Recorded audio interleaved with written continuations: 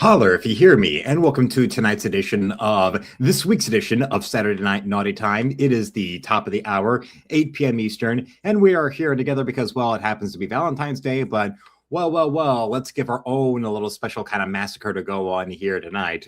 One where I know there's probably a lot of men out there massacring themselves at the sight of these new lingerie photos that Miss Sydney Sweeney has been doing, and I am all for it. It started off with that little thing that she posted to Instagram where it was from a bunch of her friends sneaking up into the Hollywood sign and stringing bras all over the place. And then also a big photo spread of her at, I believe, the Chelsea Hotel promoting it. And now she's going even further by appearing at the New York Stock Exchange to do the little thing where they ring in the bell, which celebrities have done. I remember seeing the cast of Jersey Shore do that once. And back when the WWF first went public in September 1999, I believe it was, they had, their main stars there with Vince McMahon and his son and daughter, and even Kurt Angle before he made his TV debut there to ring in the bell on account of, now they were publicly trading the WWF.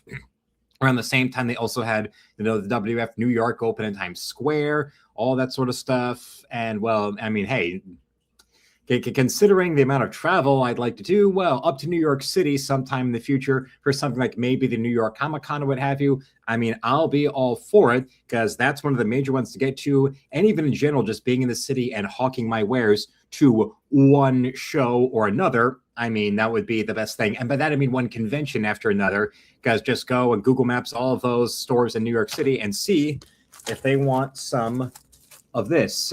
Yes, encrypted number one right here.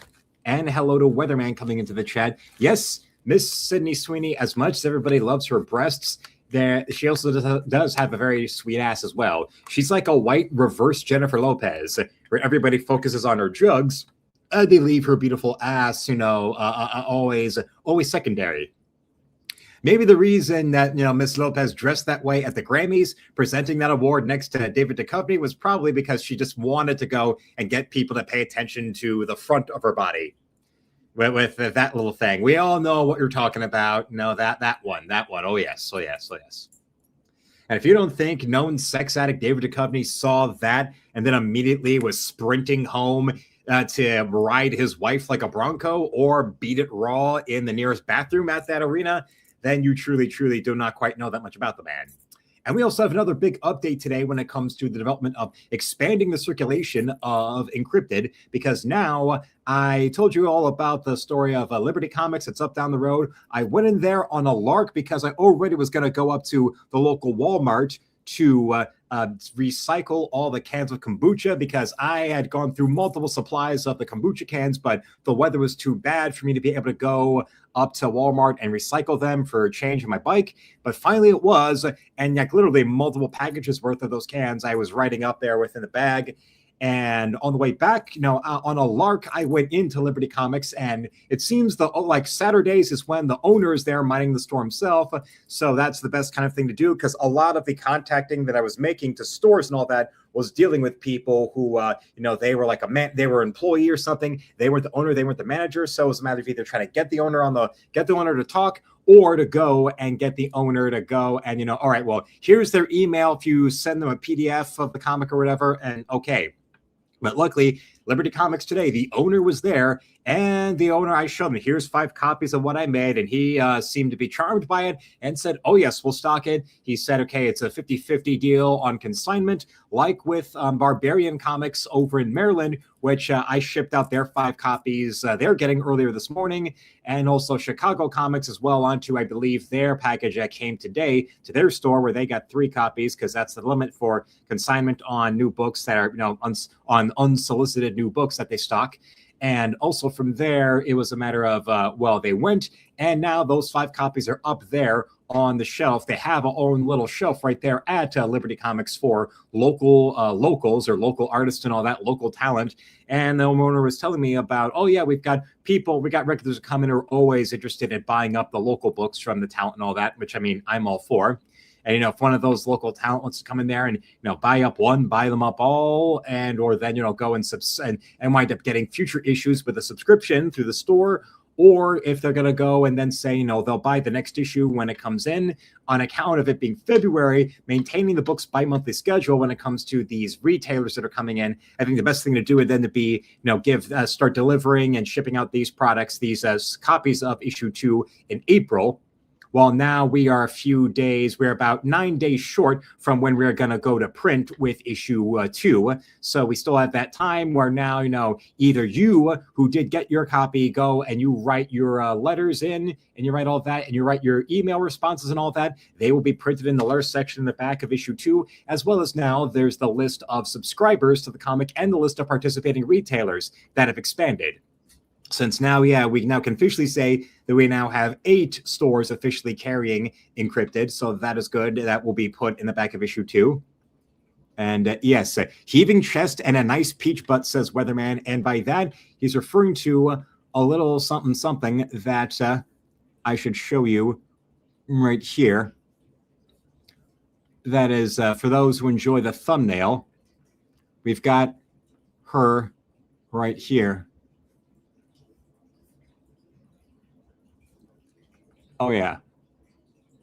This little one right here. And where the man just woke up and still struggling with a migraine, well, that's hope that that the man is able to recover from that on account of how migraines affect vision. So thus, issue 1, what it will be the response of the man who went and got 2 subscriptions to the book. That is definitely an important matter of what it is that you subscribers out there think.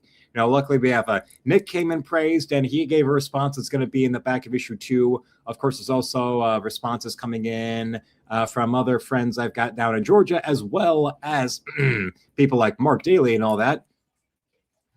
Looks like we're going to have one of those week longs. Oh Jesus, that one of those week long ones. Shit. Yes. We've got the heaving chest over here on the right here, and to the left is the peach butt. So you get the heaving chest and the peach butt in both these poses. Why? Because she's just that kind of dirty girl.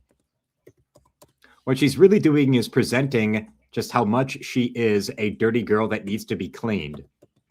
How do dirty girls get clean? Well, there's a type of dirty girls that get clean with soap and water, but then there's also those that get clean through severe spankings.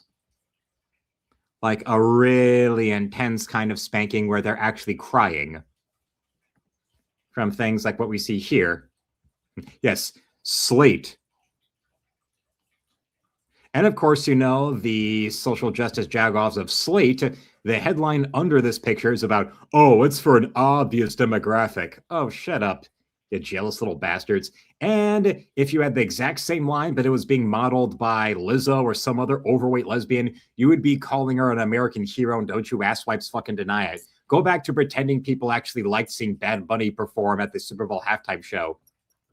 To the point where even the people over at TMZ conducted a poll, and a TMZ poll showed that the majority of the people that were voting there wound up changing to go and watch Kid Rock perform for the TPUSA counter halftime show.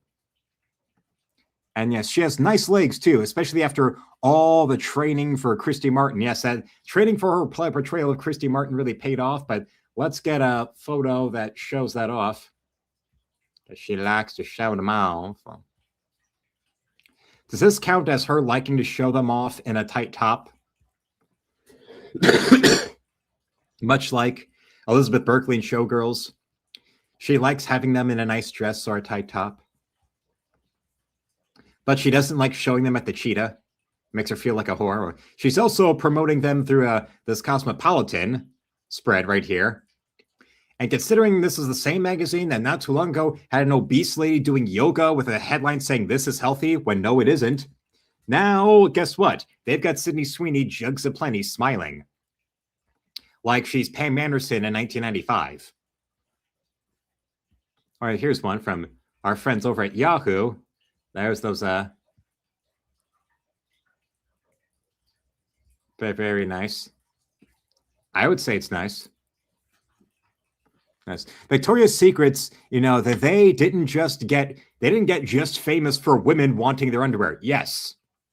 There was plenty of men who went in there, and got some of their product for their women as a surprise, as a birthday present or whatever. Or maybe it was something like Borat, where if you remember Borat, and there he was going around New York City, and he's pretending to, be jacketed right in front of the Victoria's Secret display window. Oh yes, very nice.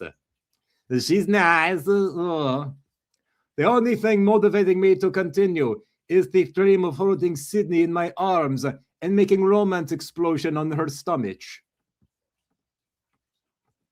This is the town of Kusek. Ansley, please. It's nice. It's nice. And hello to Mark Daly right here. I'd love to see the demographics on the people that bought that Cosmo issue. Oh, yes. Well, now that I can get out and do, grocery shopping in person, you might see me go and see if we can get this issue right here. But also, thanks to the trip I made recently today, to going out to our friends over there at Liberty Comics when they were stocking, now that they stock issue 1 of Encrypted. Also now tomorrow, I'll be attending a convention called Dawn of the Collectors. It's a convention that's happening at the local VFW hall up on Jefferson, and it starts from 10. It goes from 10 to 3, like the Warren Elks shows have been going to. And yes, I will be there. And because I only knew about it from the owner of Liberty Comics telling me about it right here when he asked if I was going to go to the show, well, now I've got the show to go to, and I'll be there with bells on. I'll be there and hawking my wares. I'll be there with the messenger bag full of copies of issue 1 of Encrypted, and be trying to sell them and sell them and sell them to whomever and however. They want to get one, they want bulk deals, whatever. Like, say if there's some retailer there that would want to know, okay, how many copies, or how many copies for this amount, or what sort of deal, retailer deal would you want? Do that, and get them up. Oh yeah, get them up and out there to, clean out the inventory we've got for issue 1. Because remember, we've got 9 days where we're going to be going to print on issue 2. So that means, yes, we got lots of time to go and make sure we get this done. And yes, Mark brings up, yes, Weatherman, yes, they got famous getting men to buy their stuff for their wives and their girlfriends, or maybe their girlfriends, behind their wives' backs. Or this one right here from the U.S. Sun, the Sun being a UK tabloid. Yes, sizzles as she strips off to sheer lace-thong bra and suspenders after launching. Well, maybe now we know of something that Our Lady Fiona might be wearing in a future issue of Encrypted. Or maybe even in issue 6, as we are now still working on that. We are now up to 10 pages there. Of course, over the weekend, we'll be getting another 2 done, so that then there'll be some story surprises going on as in the time between those pages you see me complete and those pages that will be seen off stream. And yes, here, Sydney, let me help you with that heavy lifting. Yes. Maybe that's why she's got such a strong core. She needs a strong core like that to keep up those heaving real breasts. I haven't seen breasts naturally that big since maybe Anna Nicole back in the day. Or this is from a few years back. And this is an 8x10 of this photo spread from a few years back of her. That's an 8x10 you can find on.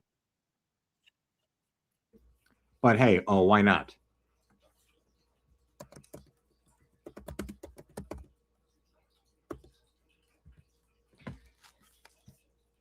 And maybe she should have gone and done what that one lady on YouTube was making fun of her for, of having a nude latte with Dunkin' Donuts, where it includes a pump of her breast milk. Because everybody knows she loves nuts, Dunkin' Donuts. Each latte comes in this massive jug. Here's from our enemies at Facebook. Fans call it a dream come true, according to this Facebook post. Yes, but Facebook has such bad resolution. Sydney Sweeney teases James Bond role and the surprising lingerie line link behind it. Oh, that would be fun. Either way, she's been a bad girl, and Daddy must spank her. Pull her hair. Make her confess.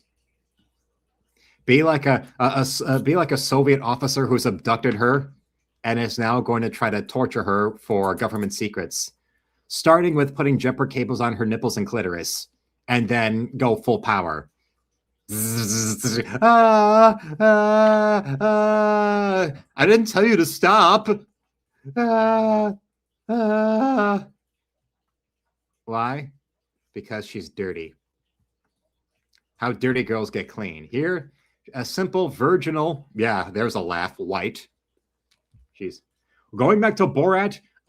She is no virgin. At least we don't have a leaked sex tape of her on a boat blowing a dude whose dick is so big he can honk a car horn and steer the boat with his boner. I've never seen the Pam and Tommy sex tape. I just, I've heard of people making jokes about it and describing what goes on in it. So, yeah. Yeah. The only way Amazon puts her in a Bond film is to play Bond. Yes, Mark, you're correct. And Mark, we were saying earlier about what exactly it was. Remember, Mark, don't forget about leaving me an email for what you thought of issue 1 of Encrypted, so it can be printed in the letter section of issue 2, because we go to print on issue 2 in 9 days. So you've got a 9-day deadline to go and email me what you thought so that we can put that response in the letter section. Because our naughty girl right here would be very disappointed if you weren't doing that properly. Let's see what the same one, oh, here's one. Launches her 44 size lingerie line. Here's the one size we want to see. Yes, so she's pointing hot trim.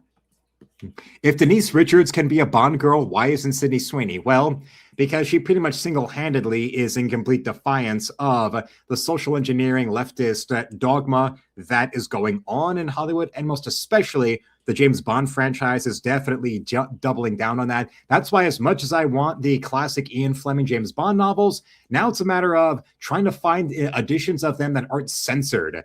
Because there is a talk out there about how now, yeah, the old James Bond books now being censored, or like editions being altered to avoid things that would piss off all the little Seattle socialist snowflakes.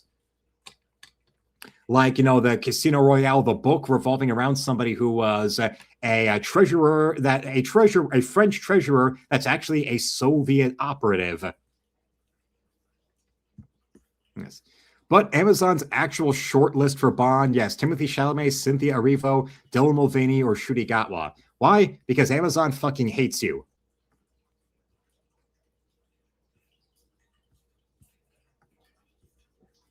Very nice. And naughty at the same time, yes. Or there's this one here. But now let's go and find that larger version of that. Now if we can find the full one that includes, or here, simple one with a dirtier hair, basic white, and then this more ornate one, looking like a woman Howard Chaykin would draw in one of his comics, or that I would draw in one of mine. With that right there. Why not? And we got this one here too.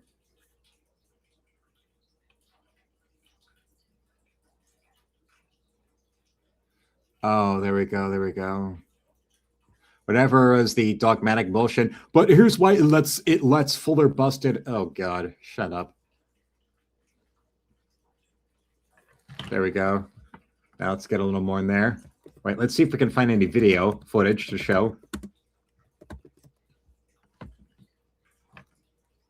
Oh, yes, there is. Here's inside it. Oh, no. Let's go with this short.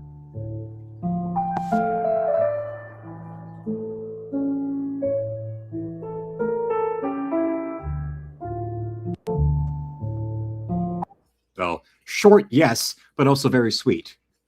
And in Slayer Clone 4679, most men only look at women they can't make money like you do with your artwork. Yeah. That is absolutely correct. And, well, take a good long look at a little thing like this. Now, with the link that's pinned to the top of the chat and a link I'll drop in the chat again, is my comic Encrypted. right here. Since their product, we've got so much product moving into comic stores now, with now 8 stores stocking issue 1. You better go and everyone out there, go and get your copies of issue 1 if you haven't already, while supplies last, because we've got regular copies for 5, autographed copies for 10, and autographed and sketched in copies for 20. And also now issue 2 is available for pre-order for the next 9 days. And in 9 days, we will be going to print on issue 2, with a regular copy being 5, an autographed copy being 10, and an autographed and sketched in copy being 20. Or you can go and subscribe to the comic for $60 for 1 year. A 1 year subscription gets you 6 issues, because we are doing a bi-monthly schedule for the comic. And on that bi-monthly schedule, yes, that means 6 issues. And a 1 year subscription with autograph, which means you get your copies autographed along with getting that subscription. And either subscription you get, you also get your name printed in the back of the comic. And because issue 1 is already done, that means you subscribe to the comic, your name will appear on the subscribers list, and that's starting with being in the back of issue 2. But you will get a copy of issue 1 should you subscribe to Encrypted in the time between now and when the print run of issue 2 arrives on my doorstep. So think about that, imagine that, and you will be on your way. Having a good time and a fun time. Oh, yes. There, baby. And besides that, we should go back to more Sweeney right here. How many stars do you think Thrift? And what else was Mark saying here? Oh, yes, Pedro stands down when Shalem pledges his love, saying as he shuts down the Doomsday Machine, "I just can't quit you," because Bezos is a real-life Lex Luthor. Yes.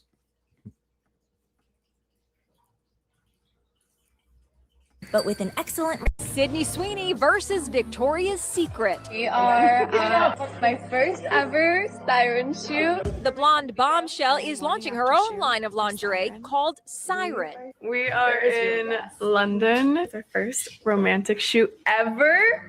The actress says the brand was inspired by her personal struggle to find a good bra. I was in the 6th grade with double D's. When I bought my first cute bra that actually fit, I wore it to pieces. Her line is financially backed by Amazon founder Jeff Bezos, said to be the second wealthiest. Well, I can't help but notice those back there framing it, and I know there's a 1,000,001 feminist women that definitely like that image where it looks like Sweeney has devil horns. Unfortunately for them, that's a look she's actually gone and done and embraced because of that like Black Friday party she was at, where there she was posing on Instagram with her friends, and she was in a cute little devil costume. So, But, well, love the enthusiasm, whether it's for Encrypted or if it's for, Miss Sweeney's Siren. Either way, yes, that works. And yes, Timothy Chalamet I can see as Felix, but never James Bond. Yes.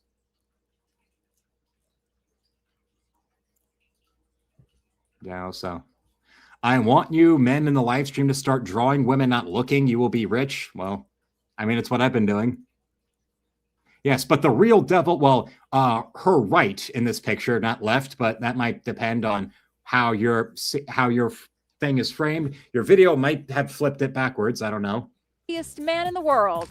The seductive undergarments come in 44 sizes, and she seems to be going head to head with Victoria's Secret. In order to compete with a brand like Victoria's Secret, it's going to have to be really big. Over the weekend, Sydney promoted the brand by climbing the world-famous Hollywood sign in the dead of night. With her German Shepherd by her side, Sydney and her team drove up in a van, then climbed through a hole in a fence in the Hollywood Hills. I'm gonna start over here or there. They unpacked thousands of bras and draped them over the iconic sign. I'm gonna get caught at this rate. Today, the Hollywood Chamber of Commerce tells Inside Edition, "We did not grant permission of any kind to the production involving Sydney Sweeney." According to the LA Times, Sydney got a general permit to film in the area from the film office for Los Angeles. And the LAPD says no crime was committed. One thing is clear, judging from this stunt, Sydney Sweeney will do anything to push her lingerie line. Victoria's Secret is so iconic in part because of its runway show, these things that become cultural touchstones. And those aren't built overnight, but who knows? Okay. From the network that used to employ Bill O'Reilly. If you've ever seen that clip, what does it mean, play us out? We'll do it live. Fuck it. We'll do it live. A double D in the 6th grade. That, ladies and gentlemen, is a humble brag. She's got this Marilyn Monroe marketing strategy down pat. Yes. Now, well, luckily, the Kennedys are nowhere near as much a level of political power as they were, so she's not going to be secretly killed by the CIA because both the president and his brother took turns with her and then started bragging to her about when they saw the Roswell body and all that. Victoria's Secret started by Victoria Principal right after a run on Dallas. Well, okay. Having never seen the show Dallas, I cannot say yay or nay on Victoria Principal. No, Euphoria season 3, no thanks. Here's one. You expected an apology? Found that psycho dyke bitch jealous of Sweeney's popularity? From page 6.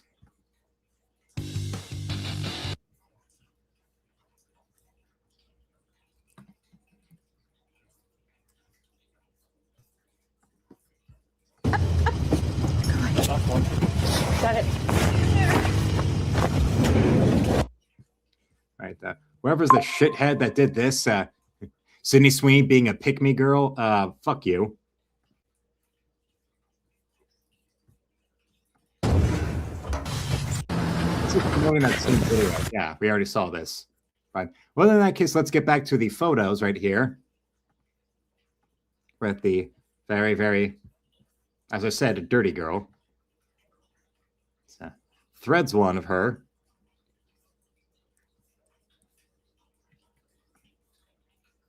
There she is. Better resolution picture. Oh, no, Facebook still. Yeah, right here. Yes, very. She's a dirty, naughty, nasty little siren. A dirty, nasty siren. Pull her hair. Maybe that's why she got her hair cut shorter like that for a bit, because she was doing that on account of so many men were, pulling her hair for being such a bad girl. Pulling her hair and spanking her. Like she so badly needs. Pull her hair and spank her. Make her confess. She's been a bad girl. She needs to be punished. Yes. She'll do anything. Framed as a pejorative, but how does that make her different from any other business person? Exactly. I don't know that, and I did watch it. I didn't know that, and I did watch Dallas. I was just and Mark was at the right age to appreciate Miss Victoria Principal. Perfect.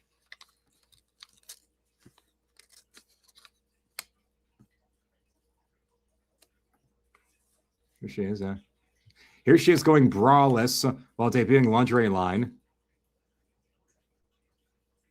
There like that. Being dirty. Although if my father was around, he'd be looking at her with the shorter hair, and it would terrify him, and he would be insulting her and calling her a lesbian and all that for daring to not have hair that looks like Farrah Fawcett. Wearing more than any typical woman on the beach, yet still called a 304 by the leftist media that usually glorifies far more 304 behavior. Because, well, when somebody is an enemy of the deep state, then they have that brand on them for the rest of their life, and they will hunt them down and kill them. Or drive them to taking themselves, although considering they're all living in servitude to the Clintons, we know that means, oh yeah, no, there is no such thing as coincidences or suicides when it comes to those who anger the party of the Clintons. Although we've all known this for a long time now.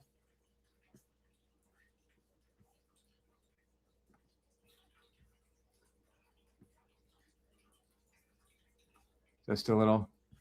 They blur out here. She's got a little G-string on, but it's also another one of the reasons why Sydney Sweeney's so pretty, because she smiles more. Yes. Now, if only Zendaya would have learned that trick.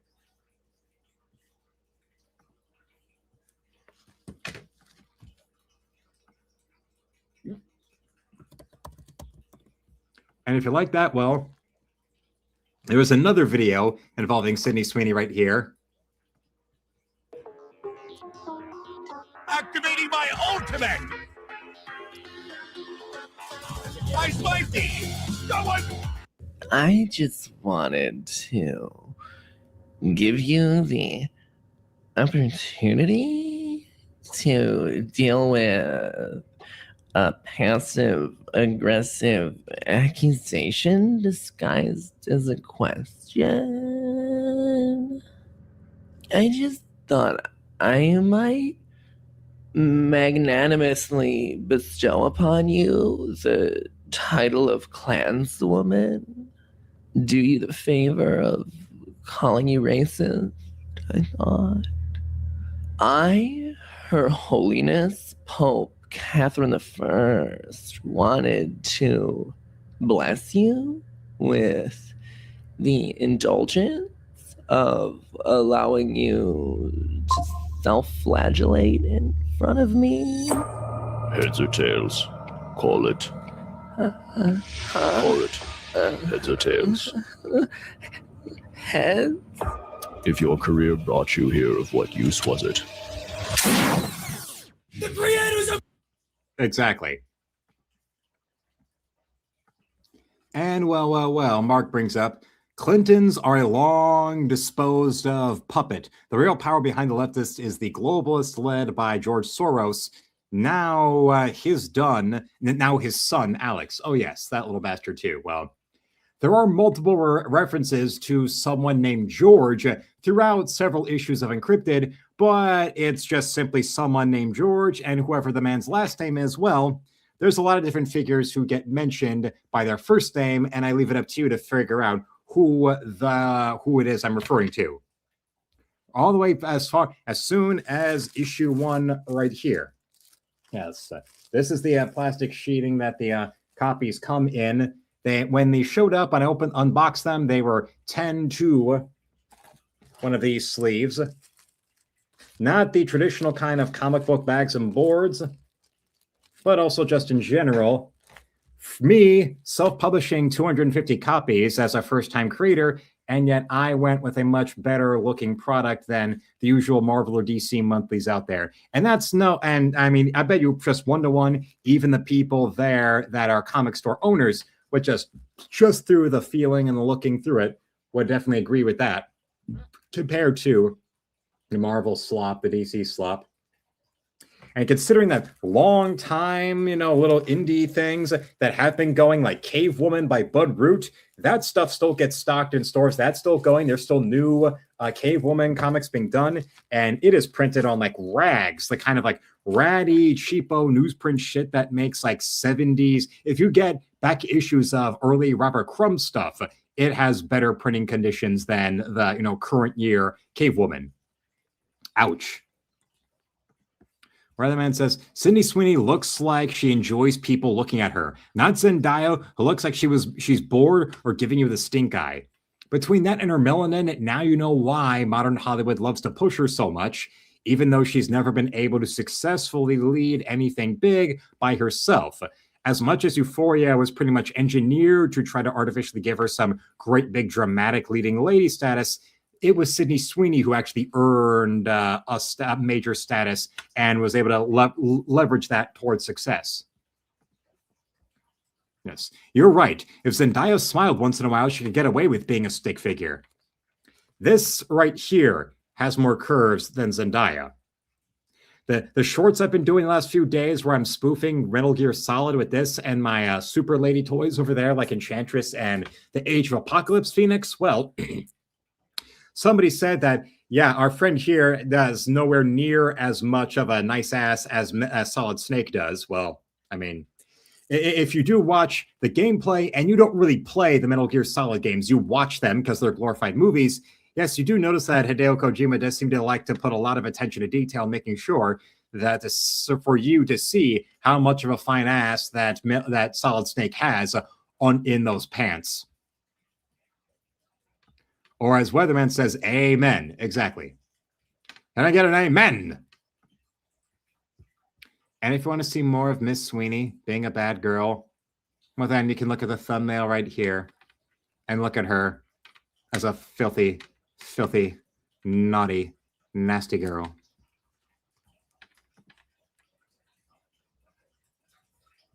Now, if only I could set this as the stream's backdrop, but I don't know how.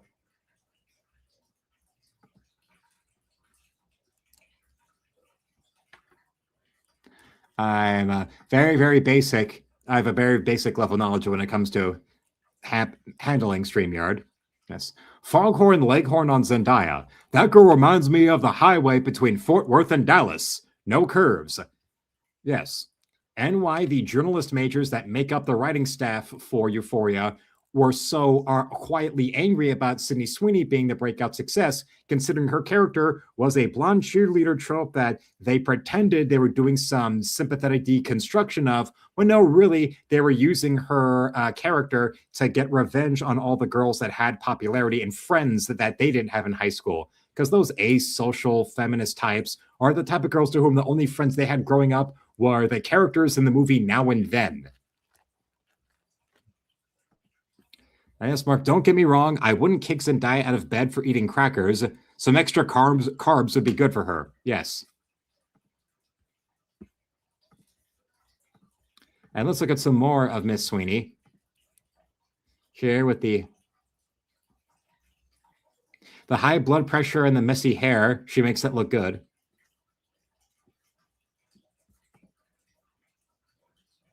We can only get a better picture resolution.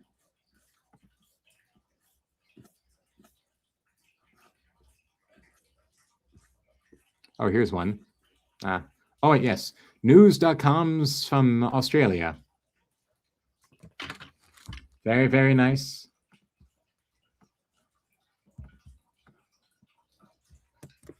We can find any more behind the scenes of her little setup, her little fun time, her little shoot and all that. Or maybe, just maybe, there might be something even dirtier.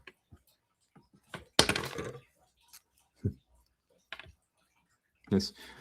Rocking the JBL look? Maybe. With the dirty hair and yes, the red in the face. Yes, the high blood pressure. Here's another one. Imagine her at one of those Eyes Wide Shut celebrations.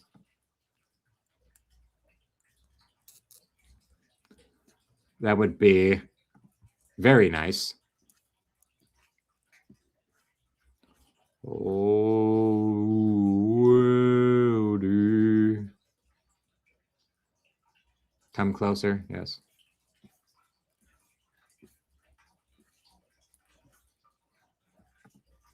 The Irish Sun. Let's see what the headline, okay. NFL stars in fight for Sydney Sweeney's attention after she sizzles in a new lingerie line launch. Well, apparently the people of Ireland are a little less in their headlines insanely jealous of Sydney Sweeney. Now, if only Americans can go and be able to learn that, they'd be a lot happier. A hell of a lot happier.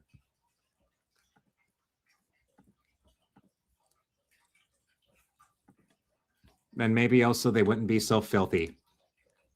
She's just a naughty girl and dirty, but they are filthy as in like mentally unhealthy, mentally unfit. Yes, imagine her with just the mask. Yes, like in Eyes Wide Shut, that little Epstein party, you could say. Yes, Eyes Wide Shut, the movie that predicted our political current year.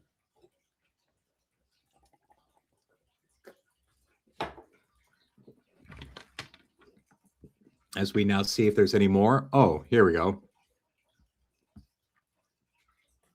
Strips off to white lace. Oh, yes, for a sexy new shoot. Because she is very, very filthy. Accurate. Look at this tab. The first ever siren box. Should we open it? Just tear me apart. I think I have that one on. These are my favorite. And I saw Simba. Does it also have a little bow tie? Because we mean business. And we have one of my favorite pieces. I love a good one-piece teddy. The front closure, triangle bralette, and then I'm done. All yours. You guys, this is very exciting. I have...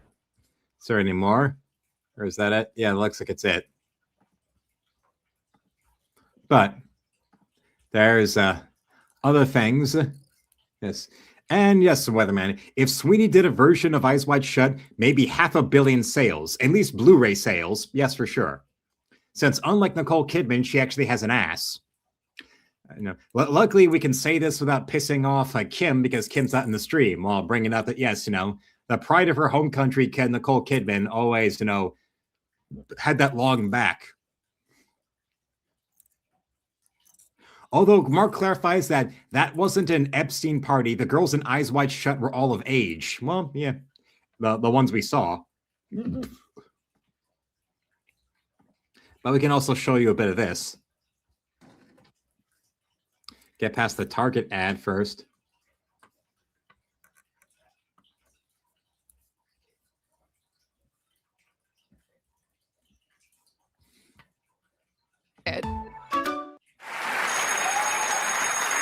At least they aren't joining her in advertising this lingerie line, so that's okay. That's fun. That's very fun.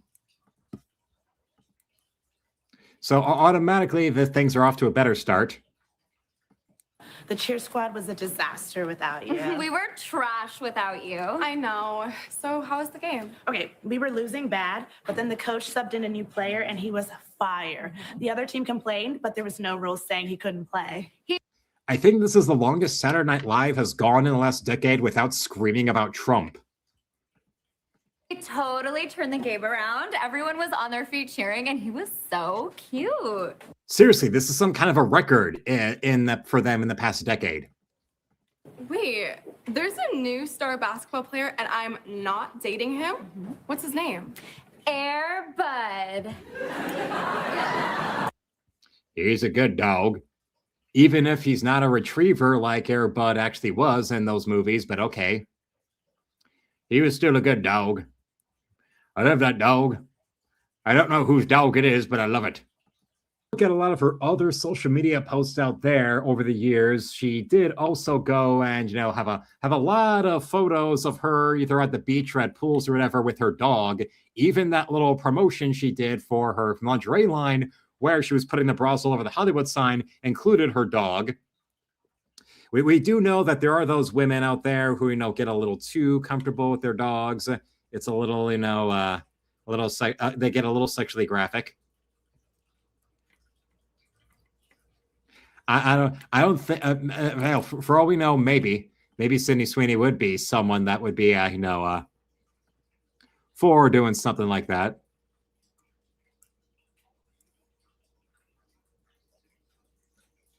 It might be. If you think she's one of those types that has, fooled around with one of her dogs, I'll leave that up to you to decide.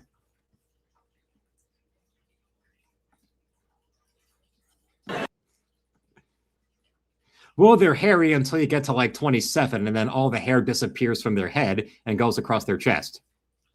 More proof that dogs are chick magnets. Correct. And Mark has been pitching a double feature, Showgirls and Basic Instinct, remake both of them starring Sydney Sweeney. Yes. So I heard you had quite the game on Friday. I'm so sorry I missed that. I was on vacation in the Virgin Islands wearing a bikini. That's the face of, I know, baby. I was there. Yeah, I was good in bed last night, Sydney, wasn't I? I'm just a dog beef, and I think that, in between boyfriends, you don't have to immediately go into bestiality. I mean, I'm not Brian from Family Guy. Although, because I'm not a white Labrador retriever, I actually can do things helpful besides just sit around and drink martinis and get into shenanigans with a talking baby. And yes, the cuter the dog, the greater the chick magnet they are. No. Although the most cost-effective way to use a dog as a sort of a way to lure in women is to show up at dog parks with a leash and then just, lie to women about how, oh yeah, that's my one right over there. And just have the leash, but with the collar gone. Yes. Women that swing that way are more into horses, says Mark. Well, Unfortunately, I don't have to look it up, but I know that there's a lot of Mrs. Hands out there.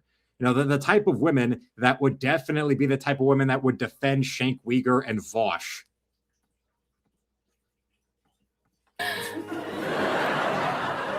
Shut up! I'm not even that tan. Oh my. Like the type of women that if they were gonna go by the vet and they would see like a dog being brought in, they would be like Tom Green and Freddie Got Fingered. They would scream, pull over, and then run into the vet's office to go and put their finger in the dog's ass. Look at me, Daddy. I'm a vet. Look at me, Daddy. I'm a vet. This is a veterinarian's office, girl. What are you doing? What the fuck are you doing? Oh my God, wait. Hey, Rochelle, he's a dog. Whatever, okay? I'm part of the Brian Griffin fan club, okay? Brian Griffin wouldn't break up with me if he got to feel the love I have for Brian. If I was there with Brian, I'd be making martinis all day, and I would let him go and scream murder threats at Republicans all day long, and then talking about how much of a tolerant, open-minded, peaceful, nonviolent person he is. Well, he complains that anybody who owns a gun has a small penis and they're angry and overcompensating for it. But then even at his most aroused when I'm in bed with him, he is about as big as this without the nail. But then again, that's every leftist in Hollywood who's projecting their dick size insecurity onto people who own guns. Whatever, Tyler, you. That. Oh. Look, that expression on Sydney Sweeney's face right there. That is the look of every woman who has ever been so horny and yet they're tired of masturbating and they see their dog and they're amazed at how their dog is able to eat so fast with only their mouth. And then, Buster, come here. Spreading peanut butter all over their clitoris and having the dog lick it off. Or simply, yeah. LOL says Weatherman. Yes. Women, they're that way. They prefer horses. And then they say, yes, I would like some sausage. Yes. They would pull over, sing a dog, go into a vet's office, and then they jump in and start doing their fingers up the dog's butt. And then, yes, they would say they would love some sausage. And well, Weatherman says, yep, I work around a lot of stables, and there are a lot of women that swing that way. Oh, God. Except, they don't wind up dying from internal bleeding like what happened to Mr. Hands. That guy that would pay to go into horse stables and then have the horse have sex with him. And he would film himself getting it from the horse. But then one time, the horse's dick ruptured his GI tract and he wound up dying from internal bleeding. And Mark has joked about how often a Mr. Ed remake with Wilbur reimagined as Wanda, played by Sarah Jessica Parker. Well, yes, and then in that case, Sarah Jessica Parker would find real love instead of a repetitive on-again, off-again romance like with Sex and the City. Blinded by the need to be popular, you can't tell that that's a dog? Whatever, Trent. You had your shot with me and you blew it. You couldn't be what I needed you to be. I'm sorry my family isn't rich. So was I. Oh. People want to question Sydney Sweeney's acting from the same people that all jump in front of bullets to defend the perpetual monotone whispering of Scarlett Johansson. Well, Sydney Sweeney perfectly captures the high school rich bitch type of stereotype that men like Patton Oswalt brood about not dating them for their entire fucking adolescence and then dedicate their life towards success in show business to then try to get revenge fucks on the girls like that for the women who in Hollywood that remind them of girls like that. Also perfectly captures the duplicity and hypocrisy of women that will then immediately be the first ones to fly into calling other women sluts and whores and bitches the second they don't get what they want. Like how lefty asswipes in Hollywood like Seth MacFarlane will be all about women and all that. And then when a model or actress won't sleep with them, then they all get randomly slut-shamed on Family Guy, like Kate Upton or like Reese Witherspoon. Because they'll fuck a baseball jock or they'll fuck Harvey Weinstein for an Oscar, they won't fuck you. And then, of course, as one of them brings up, she must have been exposed to a lot of bitches in her life, or she was a part of the Mean Girls crowd. Referring to, I'm assuming Weatherman's referring to Sydney Sweeney right there, with how much she captures. Well, considering she had double D's in the 6th grade, trust me, there's always going to be the first ones to slut shame or pick on a girl for one reason or another that attracts more male attention than they're getting. It probably was those type of girls that were the first ones to start calling her slut and skank and all that for getting breasts. And Sydney Sweeney in the 6th grade was the real life version of Bebe's Boobs Destroys Society, that episode of South Park.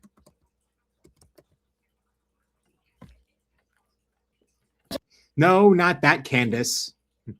I'm not the one that blames everything on the Jews and thinks that a beehive worshipping cult killed Charlie Kirk. In case you wonder about the little parody I did of editing Candace Owens footage together to spoof the opening of the X-Files, which channel members can watch right now. And yes, Weatherman does clarify there about he was referring to Sydney Sweeney when talking about she must have been exposed to a lot of bitches in her life. Well, okay, growing up, pretty and hot like that, but then also being a Hollywood actress for so long, she has seen a lot of bitches. She's seen more bitches than a male dog being bred, like Secretariat. Just so you know, I am strict about condoms. I never let guys wear one. I'm pretty sure if my father was alive, he would faint from orgasms at the sound of hearing a woman say, "I never let guys wear condoms." He would find his chocolate dream woman. Oh God, I was having a flashback, says Weatherman. Well, is that a flashback involving, say, your ginger sister? The one who smeared her husband's coffee chocolate sauce all over her breasts? And, her in high school and all that was the type of girl that got that type of slut shaming and all that from girls that were jealous of her having that, nice rack. That jealous of her, getting all the boys to look at her and go, "So hot, want to touch the hiney." Oh! Hey, no little girlie I was talking about? Yeah, it turns out she's my 3rd grade teacher, and the first thing she does is kick me out of her class. Well, maybe she's making an example of you. Or maybe she's got something up her ass. That's what I said. Or maybe it was Weatherman's other sister, the one who was a violent bitch that hit her husband and would get aroused if her husband would try to hit her back. She was trying to get her husband to hit her back because it's what turned her on. Yes, like Heath Ledger in The Dark Knight. Come on, hit me, hit me, hit me, hit me.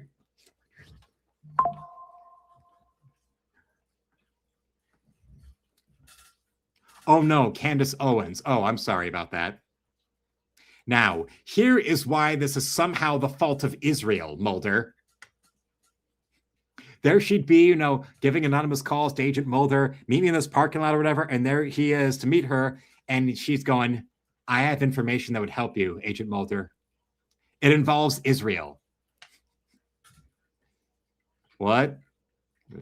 That would be especially interesting considering the fan theories for the X-Files of whether or not Mulder is Jewish. It was never said out loud if he was Jewish or not. And a lot of it probably had to do with the size of David Duchovny's nose on the show. But if he was Hebrew, I don't know. No, I'm not holding the steering wheel like that way when I drive, Scully. If I drive this way, it looks like I'm holding the head of a gypsy while she eats my chum. The sad thing is, I've mentioned before about Candace Owens, I would still break off a piece of that chocolate. You look at her choice of husband. You know that Candace Owens is down for a swirl.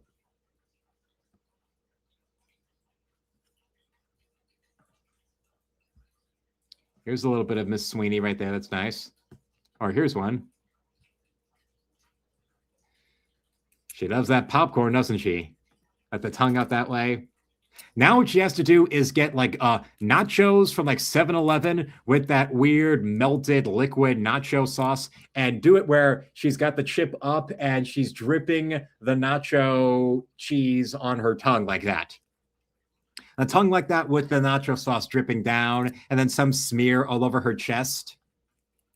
And she starts licking it up slowly with her fingers or scooping them up with the chip. It gets all over her bra, so she takes the bra off and then starts scraping off the more of it off of her bare breasts.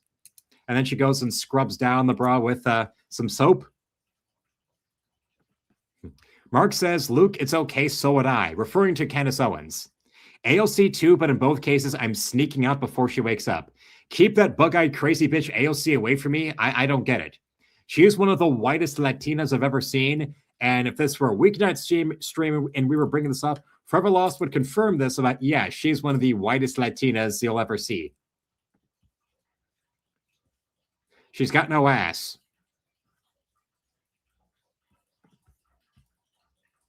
Of course, here's one of her surrounded by the roses. Harvey Keitel has more of a Latina ass than AOC does. Just a little. It's gross, but it's true. Here's one thanks to our friends at X. Just a little fun. And so's this one too. Oh, that's definitely something that Our Lady Fiona would be wearing.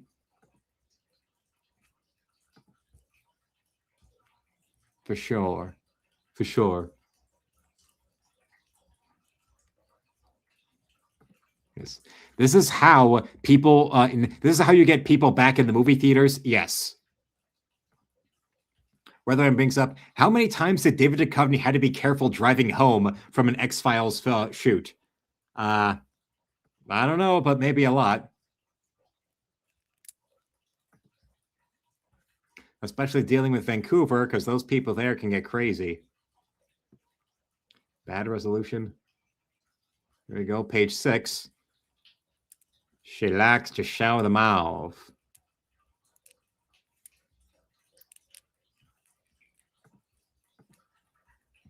The hair shows, oh yeah. Giving it there.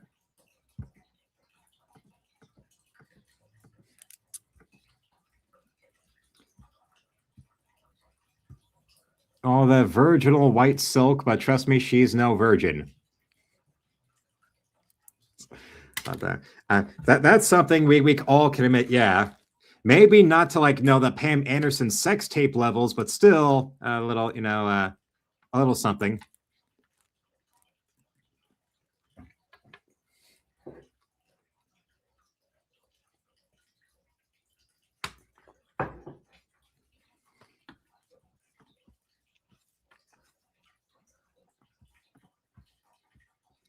Maybe with the hair like that.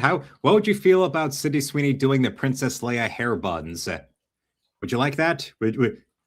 And did any woman ever have hair like that before Star Wars, or was that something that Star Wars first came up with? The weird hair buns that Princess Leia had. And would you want to see Sydney Sweeney do them? I know you all want to see Sydney Sweeney in the Princess Leia slave bikini, but with the hair buns and the white dress from the first movie, I'll leave it up to you.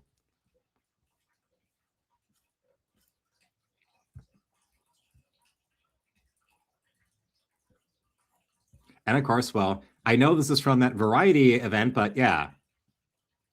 A whole month's worth of weeknight streams I did with a photo of her in this getup, braless, with the hair that makes her look more like Fiona right here. Yes, yes, yes. Now you know why I need to try and get copies of Encrypted into LA-based comic book stores.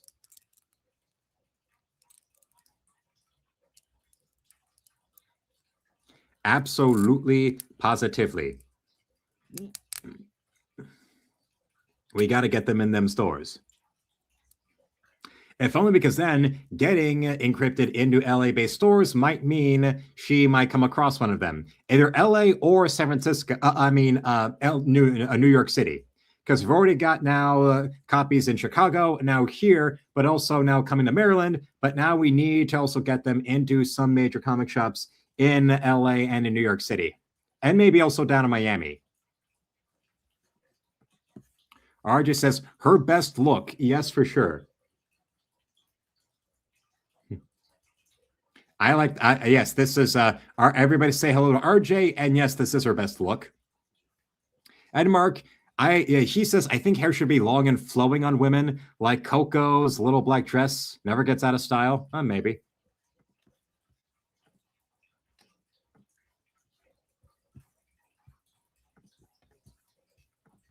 What's this one? Oh.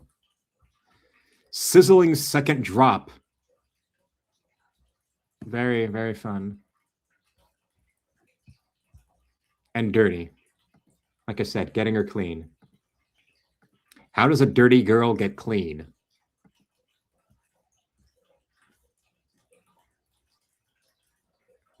There she is with another lady filming her.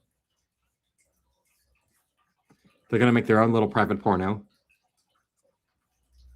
Very few women can pull off the short hair look. Well, Sydney Sweeney is one of them with those more recent spreads of her.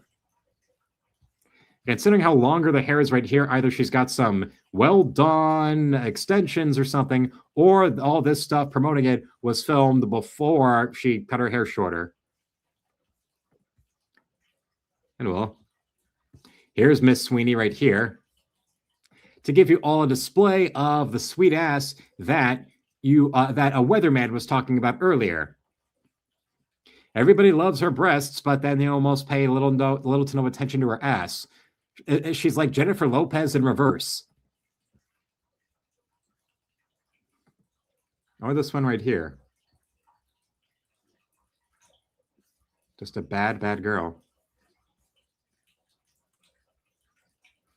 And here's more of the back burger right there.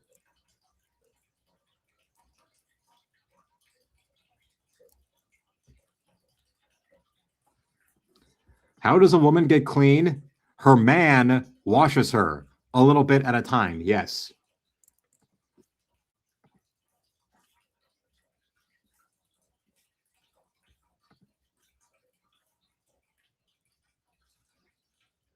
Definitely she needs to be washed thoroughly, starting with her breasts. Starting with her breasts.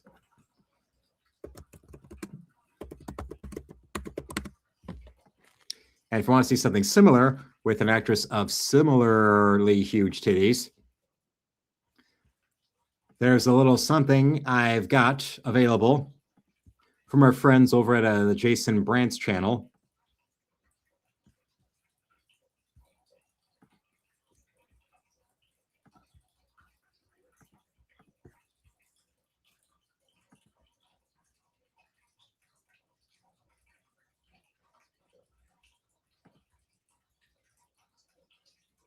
But let me show you that bit first.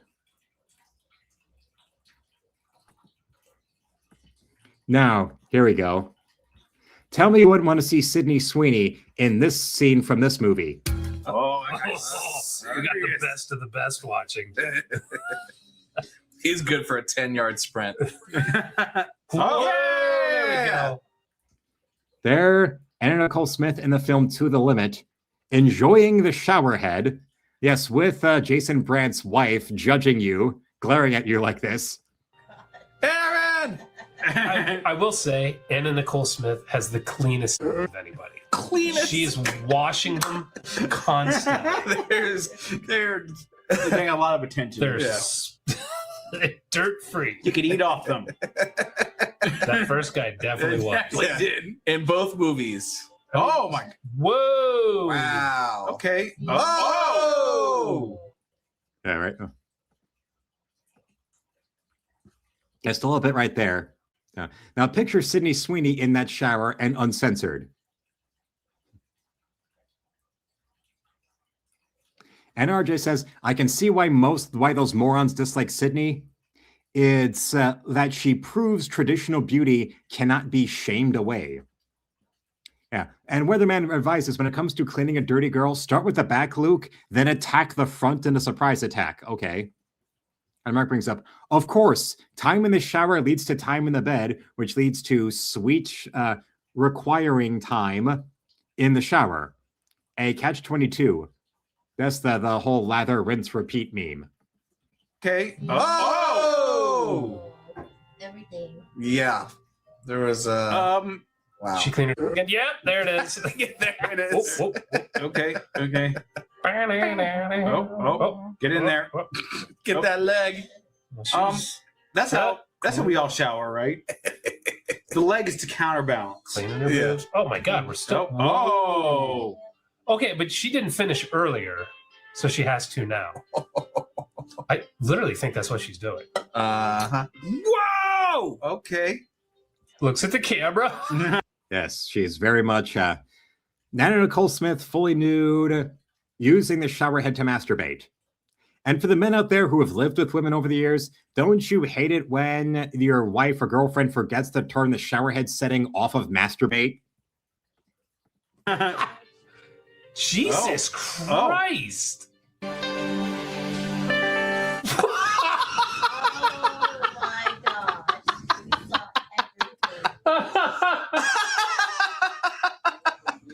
Oh, dude, her movies are the best. See, you guys have been through this before. Yeah. So we didn't see her using a shower head. She's getting plowed by an actual dude. Yeah. Wow. TPMs. And you also get the Chinese perfection right here. All right, now RJ brings up, if James Gunn wants me to give a bit of leeway, Sydney Sweeney as Power Girl will help. Well, actually, let's go and see if any of that. There's bound to be some AI-generated art out there of her.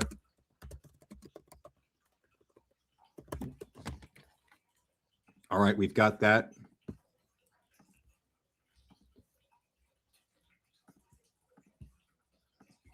Here we are. Well, there's this. Yes, one of these things is not like the other. One of these things is comic book accurate.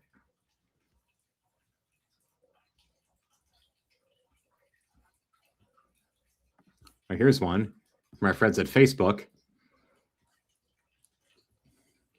There's also here.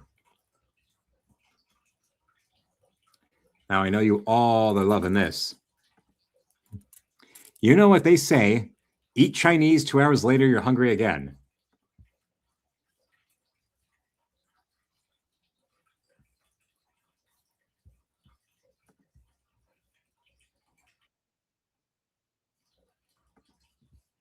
Is there any more like that? Here's one. Power Girl fan casting, we have, all right. Alice Eve, yes. Sydney Sweeney, yes. And then all 8 pounds of Anya Taylor-Joy. Are you high or stupid?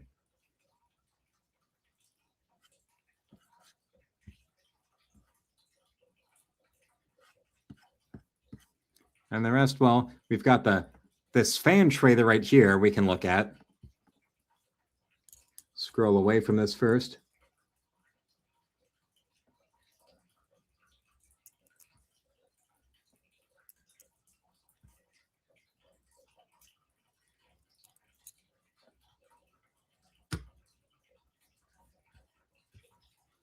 For this. Come check out my new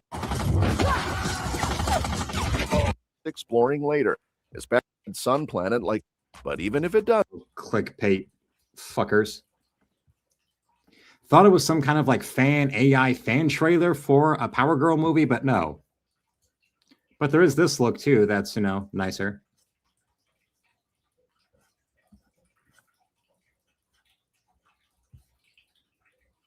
And maybe 1 pump of her breast milk.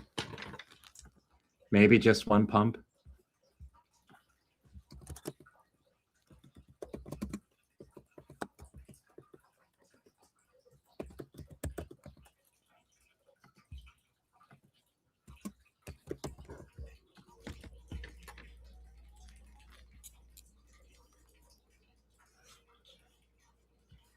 Or something else you might like. If I get to it, get to the shorts, the proper shorts, showing you a little something that I think you would all enjoy seeing again.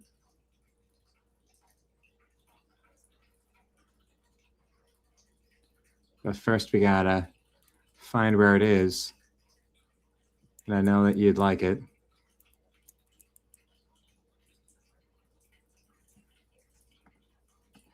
Introducing the new Sydney Sweeney Dirty Mocha Chunky Cream Pie Latte. Each latte is served in this massive jug. Oops. Each latte comes with 10 pumps of vanilla syrup and 1 pump of my breast milk. Everyone knows I love nuts. Dunkin' Donuts. Go to your local Dunkin' Donuts today, walk past the unconscious heroin addict, and order the Sydney Sweeney latte. Double D stands for Dunkin' Donuts. Yes.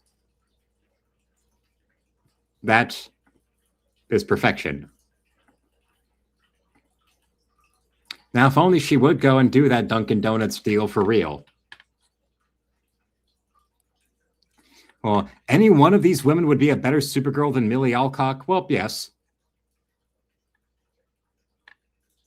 If Alice has aged well, I can see it. Well, let me give you a little something to show you. To prove that, well, what you were suggesting about is absolutely true. But let me give you a little search bar. There we go.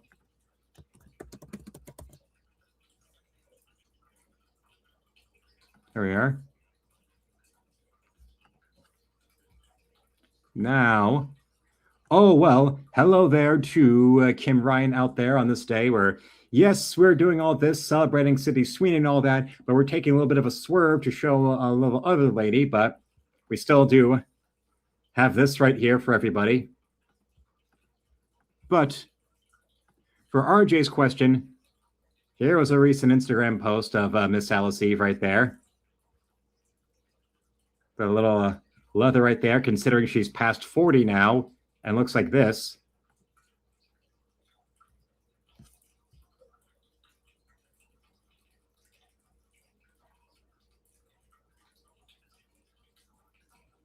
Girl, I'm saying girl, I want to fuck you in my kitchen tonight, on my bridge, on my oven, on my foaming grill. Just maybe.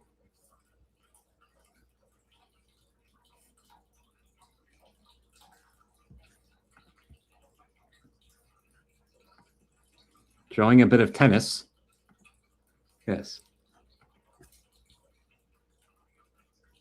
Oh, Kim says, all right, I was at the beginning of streaming and couldn't get into the chat till now. Okay, so that means Kim was here for me to talk about how Nicole Kidman doesn't have an ass.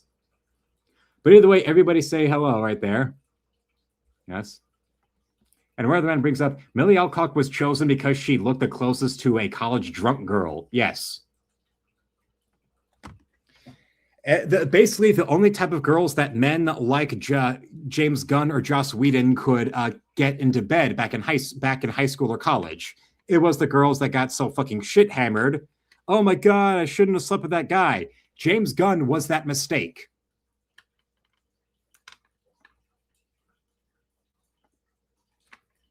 And there's also this look right here for her.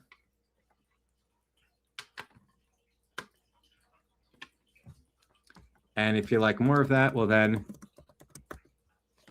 we've got this one right here. Under immune so bright. Let's get past this there.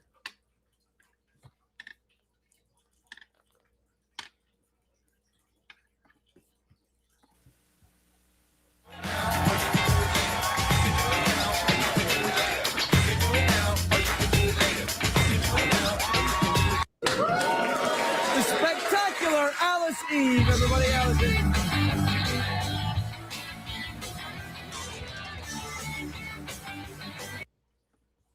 And yes, RJ, Millie Alcock does look young enough to be, young enough for James Gunn, yes. Although, well, I'm surprised about this, but Kim says Nicole equals icky. Well, okay. So Kim agrees with us about Nicole Kidman. That's good.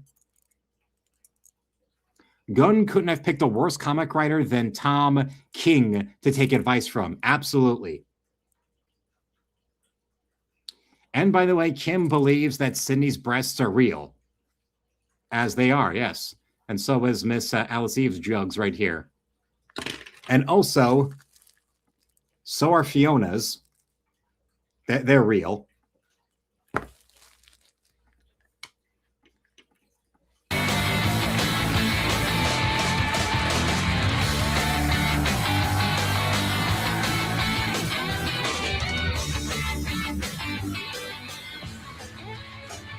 Hello, Hello, Alice. Hello. I haven't seen you in an age. How have you been? I've been very well. You look thanks. very nice. Thank you. Gorgeous, in I fact. matched the carpet and the mug.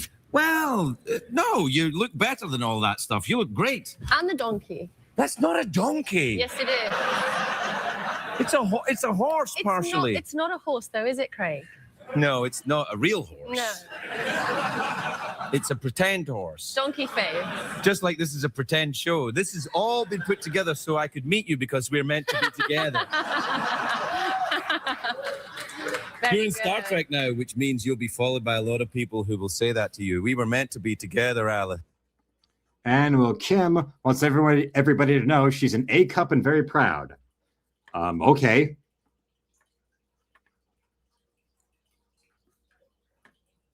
Spectacular indeed. They're real and they're spectacular. Yes. And much better than Terry Hatcher's.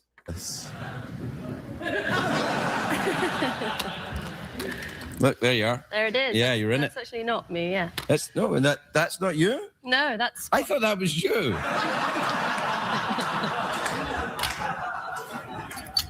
Are you sure? Oui. Oui, bien sûr. Ah, fantastic. Ce n'est pas moi. We were a bit worried. All right. Okay, let me correct something. I misread it. Kim says, I'm a C cup and very proud. Okay. Yes, I got that wrong. Kim clarified again. C cup. Yes. Yes. C cup. Don't shortchange the girl. I'm not. I misread, and I apologize for misreading and potentially offending an actual lady.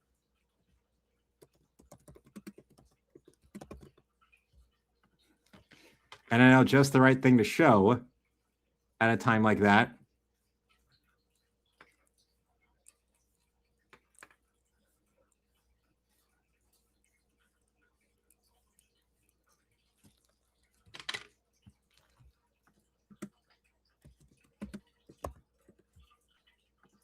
Worried, Alice, because you've always been such a lovely guest in the show. We were a bit worried that now you've become this enormous international megastar that you would have changed in some way. But I gave you the bell test.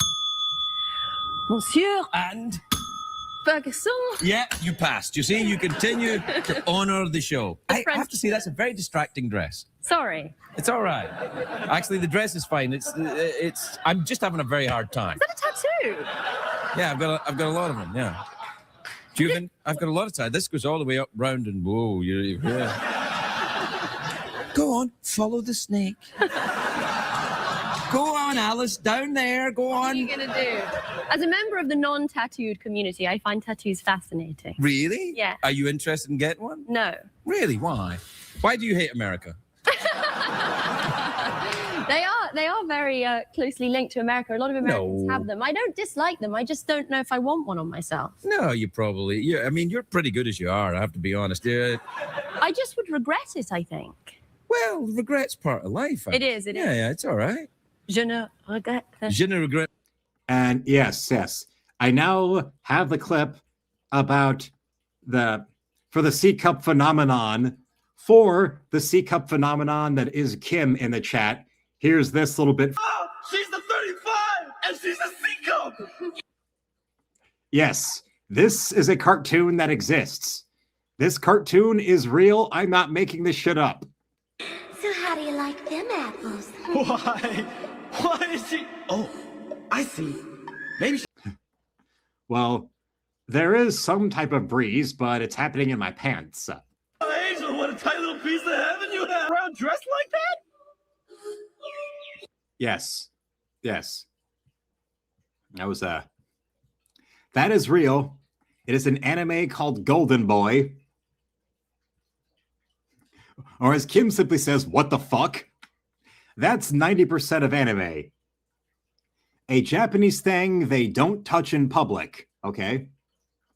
I see Japan appreciates good writing. Yes, it does. Like the Tom Green Subway Monkey Hour. The worst traffic in 4 hours. Some people take 4 hours to get home from work. Really? In Moscow? Yeah, the traffic is unprecedented. I don't remember that. I just remember being cold. It's very cold. And I had a fur hat. You bought one. They sell them on the street. They're sort of common, like sunglasses in Venice Beach. Yeah. I mean, you must have bought a fur hat, though, surely. No, because fur's dubious, isn't it? It's not real fur. Oh no, fake fur. No, I wouldn't buy a real fur hat. I would just ask the animal to politely sit in my head until such time as it had enough and it could move along of its own free will. So you don't wear fur then? I don't know if animals have free will, do they? I think they do, don't they? Do we even have free will? Oh gosh, I knew you were going to take me here. All right then. I think so. I think there's such a thing as free will. But then again, I would think that if I had been predestined to think it, wouldn't I? Right. What do you think? Do you think we have free will? I think within the confines of our existence, we maybe have free will before. And yes, publicly, Japan is a very prim, polite, uptight society, but all of that repression creates a market of stuff like Golden Boy. Yes. And, porno that has elderly men being porn stars. Before we eventually die, which is sort of determined. I suppose there's moments. I think you sounded to me like a Calvinist. Are you a Calvinist? No, I'm not. No, I'm not, because that's very Scottish. Well, Jean Calvin was actually French, but Oui, bien sûr. Well, exactly. I'm suspecting your French vocabulary is slightly limited. Yes, it's a little limited. I stopped at 16. Right. Forgive me. I learned. No, anything. Yeah. No, not Calvinist. I wonder about free will. I wonder about it. I don't know. I don't know either. I mean, Well, doesn't that prove in its own way that free will exists if you think about it? Yes, if you think about it, I suppose, if you question it. I mean, we have the choice to make tea in the morning or coffee, and I suppose that's free will. But I think it's limited. In what way is it limited? Well, there are certain things you can't determine, aren't there? Well, yeah, there's chance, right? But that's chance. That's not in your will, though. Like your will, you make choices. It's the Kierkegaardian either-or conundrum, right? Any decision you make will have a percentage of regret attached to it. Will I get a tattoo? Will I not get a tattoo? Perhaps 80% of the regret of getting a tattoo you would experience, but perhaps 80% of. Mark says encrypted would do well there. Well, I certainly hope so. That's a market to eventually crack. If a girl touches or leans into a man, it's seen as flirting or sexual display of affection. Okay. Wait, says RJ. All old guys or only old Japanese guys? Because we should look into post-retirement lives. She's not, more so if she's not wearing underwear. Not getting the tattoo is the regret. Do you see where I'm going with this?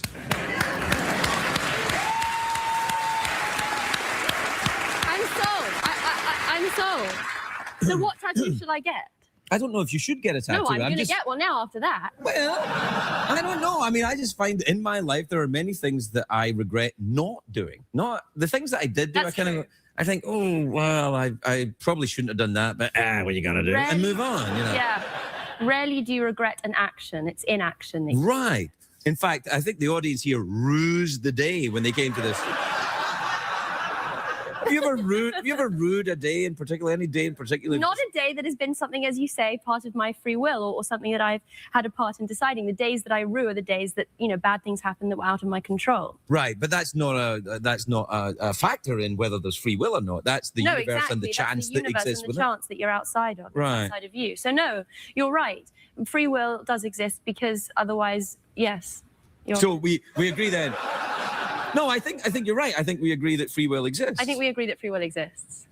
Well, enjoy the products advertised. Made the work difficult to read. And excuse me, aren't there any more commercials you could play? You never seem shy about clothes. Oh, fine. D'accord. Good one. Yes, thank you. So you went, where else did you go in your travels with Star Trek? Did you go to Japan? Japan. Did you meet Penguin Z when you were in Japan? No, who's Penguin Z? Someone that wrote to me from Japan. I think it's a nickname though. No, I didn't meet Penguin Z. We went to Kyoto, which is the old city where everybody there's geisha houses and people sort of dress up in traditional costume. We dressed up in traditional costume. Did you dress as a geisha? Yeah, it was incredible. You have to walk because it's very tight and very constructed, and the shoes are such that you have to walk in a very small step, like a catwalk model, I suppose, walks now, but in a very small. So it was interesting. Yeah, it was fantastic for me right there when you were explaining it. It was. I'm just being honest. Not in any way being creepy, or maybe a little bit. Anyway, we're out of time, as it turns out. We're fine. We can go as long as you like. That's an improv game, isn't it? Where you press the bell and then you have to go. We've played an improv game before. We've done this before. Really? And what's our friend? If you want a trad wife, go to the Philippines. If you want a good time, go to Thailand. Well, no thanks to the Thailand. There's a whole industry of 50-something men retiring early and living like kings in Asia on a U.S. pension and marrying hot girls half their age. Well, it's that I'm for. What did we do? We did the don't say no thing. Oh, yeah. That's the rule of improv. But that's boring because we've done it, so let's not do it again. Yes. What else can we do? No, we're out of time. That's what. So here's your options then. You can have awkward pause. Okay. Fake argument. Yeah. Or twerk with the horse. Well, I'm not going to twerk with the horse. Are you sure? Yes. Because I think everyone would really like that. Okay. No, see, you know what you did? Wonderfully. See, you ruined it there. You ruined it. You scared her. I will take this opportunity to exercise my free will. Good for you. I will not twerk with the horse. Good. Because there's an 80% chance.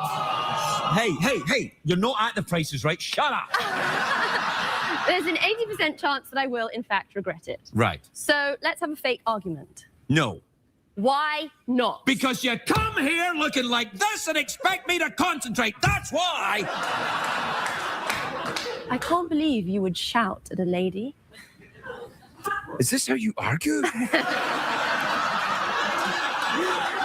I can't believe that you would raise your voice. This isn't argue. This is passive aggressive. No, this is not an argument at all. Most communication that happens in the 21st century is passive aggressive. Ho ho ho! That's my. And yes, Mark, men find women less entitled than American awfuls, and the Filipino women prefer the foreigners' earning potential and faithfulness. Yes, RJ, that's a solid life plan. That's good. Oh, that's good. You won that. Oh, see, no, yes. One more time.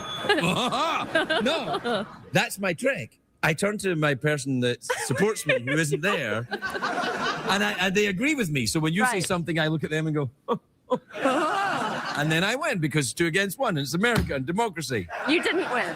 I didn't win? No, you didn't win. I'm not interested in winning an argument. Are we still having the fake argument? Maybe, I don't know. I'm just enjoying myself. I think it's real now. Okay. You can win then. Oh, boy. We'll be right back, everybody. And here's that elderly Japanese porn star thing I was telling you about. Shigeo Tokuda looks like your average retiree, but there is nothing average about this 73-year-old when he steps in front of the camera.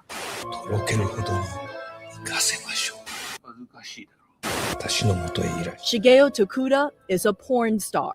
From the old to the young, Tokuda woos and coos and always gets the girl.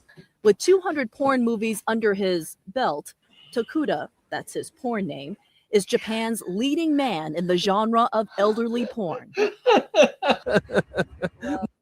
Yes, the genre of elderly porn.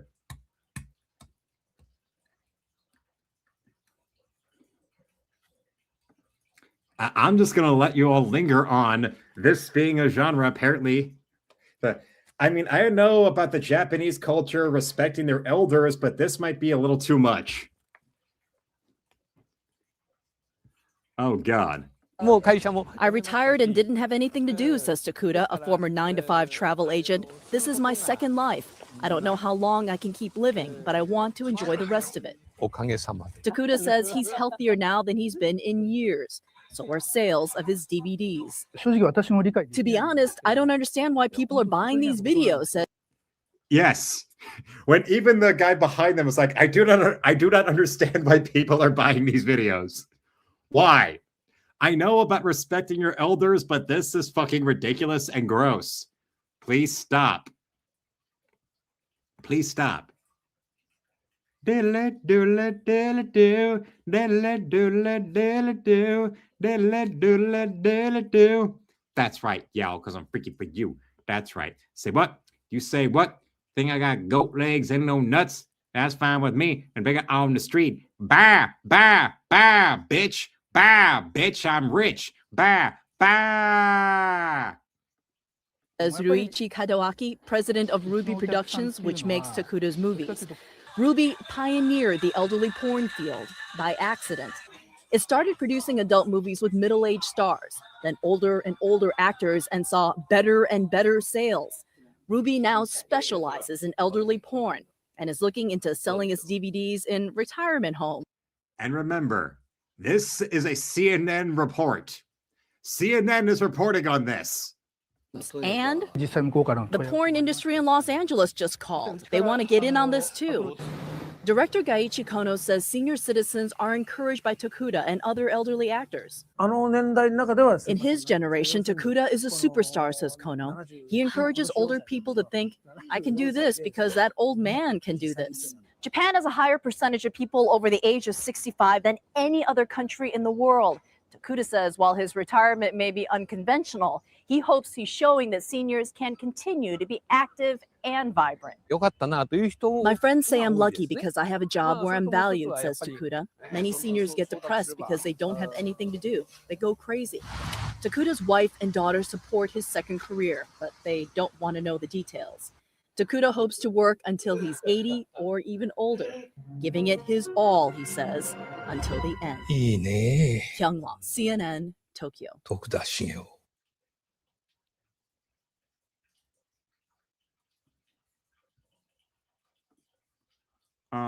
I've got one question.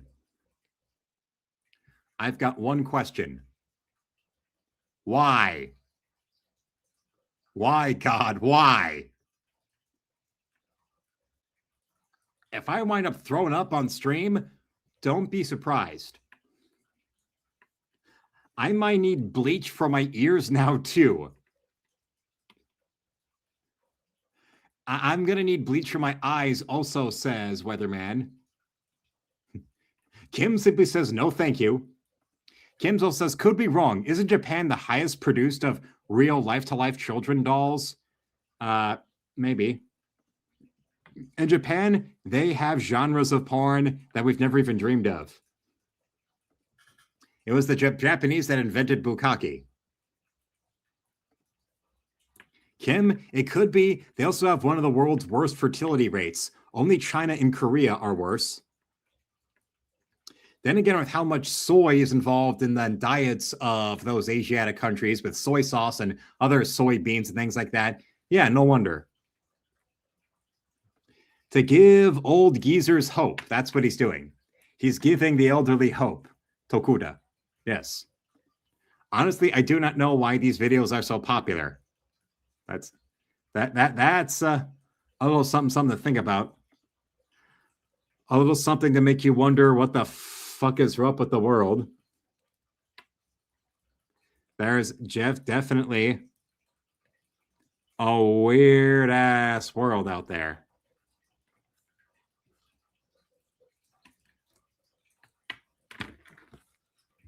And if you think that's strange, well then, just remember that this exists.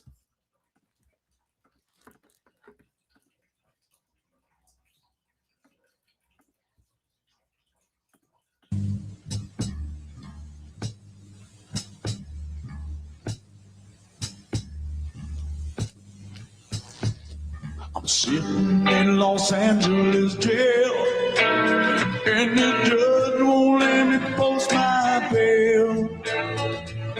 Now this could be the end of me, 'cause California's got that death penalty.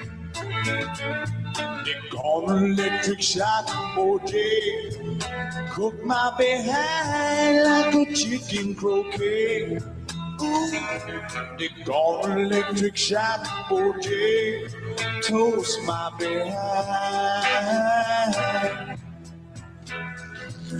Nicole, I really loved that girl, but she had the worst look in the world. I was only cleaning my knife. I accidentally stabbed her 36 times. They got an electric shock, oh, they cooked my behind like that cherry flambe. Ooh, they got an electric shock, oh, they roast my behind. Looks like I'm a guilty man. Love lots of women, now I'm gonna have to love my hand. But what's worse, will make me flip my lid. I hear Michael Jackson is watching my kids. Why don't they cut me some slack? I'm an athlete, movie star, and I'm black. Whilst lawyers argue over my hair, why they be warming up that electrical chair? Ooh, they got an electric shock, oh, they hook my behind like a flounder fillet. Ooh, they got an electric shock, oh, they rolls my behind.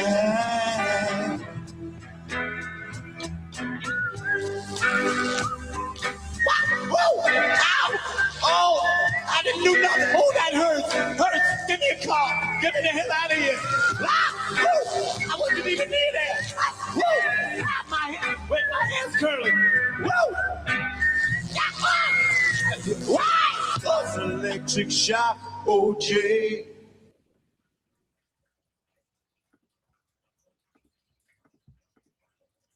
Now, isn't that absolutely positively amazing? And also the fact that I'm showing that during Black History Month and I'm living in Detroit. And Mark says the whole thing with the Japanese porn star, this is taking reverence for the elderly a bit too far. Yes. And Weatherman clarifies that China leads the market on life-size child dolls since 2022. LA and San Francisco don't arrest anyone and everyone gets no cash bail. That makeup is so over the top, it's funny. Exactly. Cali may have the death penalty, but they've never going to use it again as long as the leftists are in charge. Unless, of course, it's against a white man who's voting Trump. Brian Coyne has some hilarious song parodies. Well, if you like that, there's another one I can show you.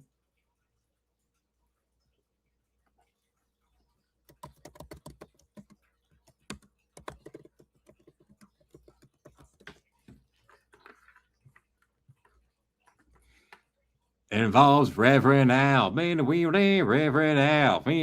He's your pal. He's Reverend Al.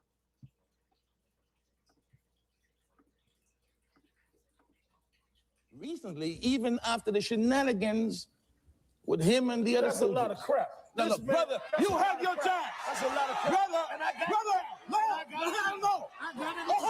Brother, no. Now you know why I love the hell out of Roy Innes. Roy Innes is the man who just knocked Al Sharpton on his ass in that Morton Downey Jr. show clip. And now you got to know why the Morton Downey Jr. show is an American masterpiece of television.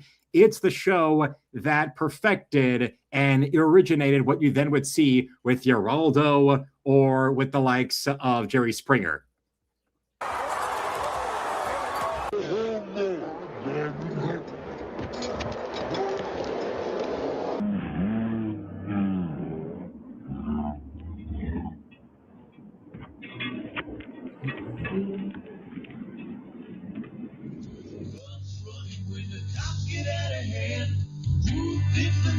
In the Ku Klux Klan, yelling and screaming as he's speaking to a mob. He wears expensive suits, but he doesn't have a job. Reverend Al, he's your pal. Reverend Al, well, He's tapping off the people in his own community. Why is the white man always picking on me? He's got a fat belly and his hair's full of grease. Hear his battle cry. No justice, no peace. The man with a plan who you know you can trust. The portly little reverend with an answers like a bus. He's Reverend Al. Reverend Al. He's your pal. Reverend Al. He looks like James Brown with too many calories. Now why is the white man always picking on me? Remember Bernie gets in the Brawley case. Turn on the TV, you would always see his face. He's reading in his memo to another homicide to make the network news with the family by his side. Reverend Al, Reverend Al, he's your pal. Reverend Al, on the never-ending search for some good publicity. Why is the white man always picking on me? Reverend Al, I'm Reverend Al. He's Reverend Al, I'm Reverend Al. He's Tony Brown, I'm hungry. He's Reverend Al, Reverend Al. He will represent your family and he doesn't charge a fee. Now, as long as the footage makes it on the TV. Reverend Al, I'm Reverend Al. He's Reverend Al, I'm your pal. Well, he's your pal. That's right, Reverend Al. Reverend Al. I'm Reverend Al. He's a race-faced, white-hating bag of baloney. Now, why is the white man always picking on me? Reverend Al. Yeah, I'm Al. He's Reverend Al. I'm Reverend Al. He's your pal. I'm your pal. Reverend Al. Reverend Al. And if you remember Geraldo, here is Geraldo. Advised that because of the violence and some of the racial equality, sick confrontation, Innes taking offense, retaliated, and chaos ensued. Despite the violence, Rivera stood firm, condemning the actions of the racist thugs. The episode became a cautionary tale in live television. Live TV is unpredictable, as shown on November 3, 1988. The power of words can ignite chaos. What are your thoughts on this iconic TV moment? please be advised that because There it is of Geraldo getting hit with that chair. Ugh. And if you like other bits of Geraldo, we have this. Ooh, Like if me. Let's get past this ad break first, because I am Geraldo, and you're not. Fed beef.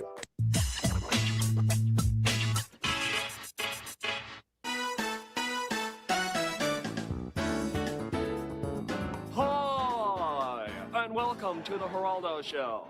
I'm here with Jaleel White, Urkel, from the hit TV show, Family Matters. Jaleel is going to tell us a horrifying behind-the-scenes tale of what Hollywood does to black. And yes, Weatherman, I would laugh more if Roy Innes dived on Sharpton and started giving him the business. Yes. Like what happened with Roy Innes getting into that fight with that guy in the set of Geraldo, where then someone hit Geraldo in the face with a chair and busted his nose. Black child actors. That's right, Geraldo. There's more to becoming a black child actor in Hollywood than just being one of Michael Jackson's hand puppets. Do tell. See, a lot of people don't know this, but there are actual gross stunning factories on Hollywood backlots. They call them midget mills. That's what they call them, where they grow us and they groom us to be on sitcoms with white parents. And they only do this to black actors?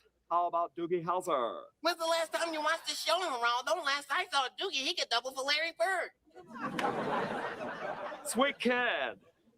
After hearing Jaleel's compelling story, we decided to take our crew and visit one of these so-called midget mills ourselves.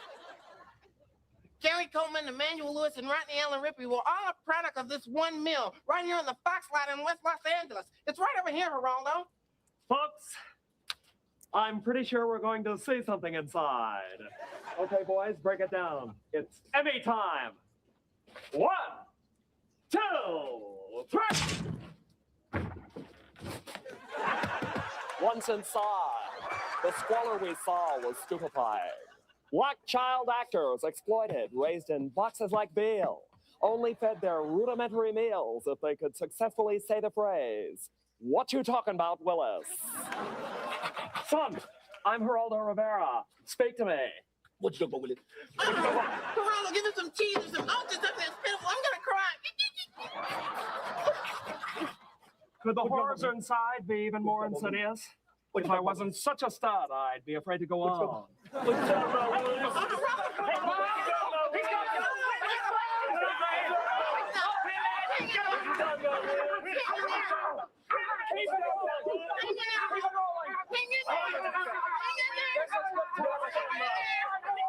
Smile wider, damn it.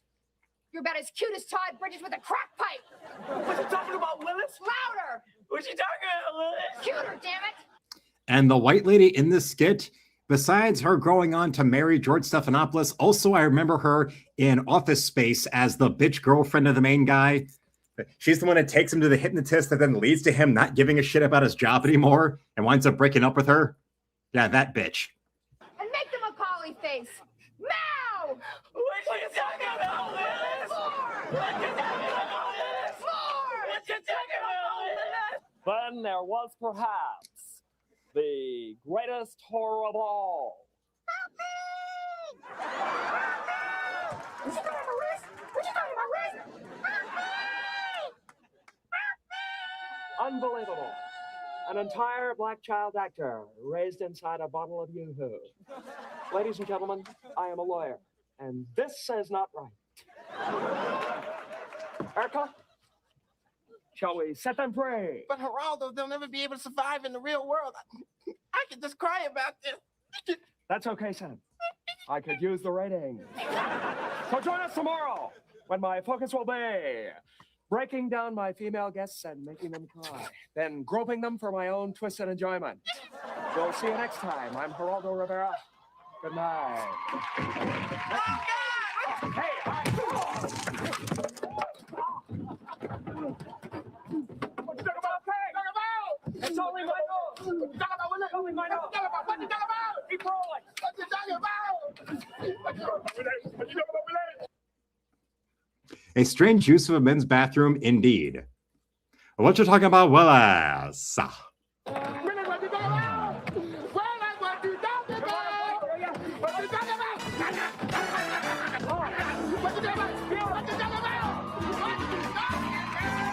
I'm Eric July, the founder and owner of Speaking of strong black men, I'm gonna go let his air run. I'm gonna let his air blow. Riververse Publishing, and after nearly 25% of you grabbed the How to Build a Creative Business book digitally, we knew it was finally time to really test this market. So we're officially launching Riververse Digital. We have 10 comic book titles available right now as DRM-free PDFs. So they're direct download, there's no subscription, it's not like an in-app purchase. They're yours, and every digital book is priced lower than its physical counterpart. And to kick things off, we've created a collection where you can browse and purchase all the Riververse digital titles. You can even bundle them all to save money. This is new to us, guys, so we're learning as we go, and please bear with us and let us know what you think. They're available right now at riververse.com/digital.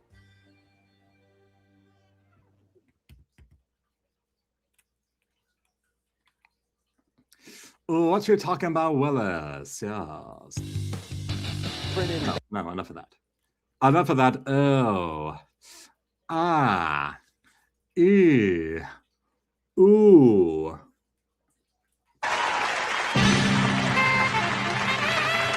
Live from Las Vegas, it's 21 hours and counting here at the Jerry's Kids Telethon. Here's your host, Jerry Lewis.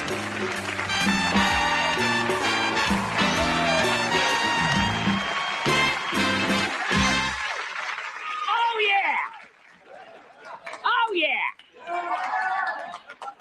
This is love. And love is this. If you're just joining us, it's the 21st hour of the Jerry Kids Telethon. We're here to fight a deadly affliction, one that is suffered by millions of inner city youths across this great nation of ours. Also many public figures, such as the entire singing group Full Force. Get busy, one time.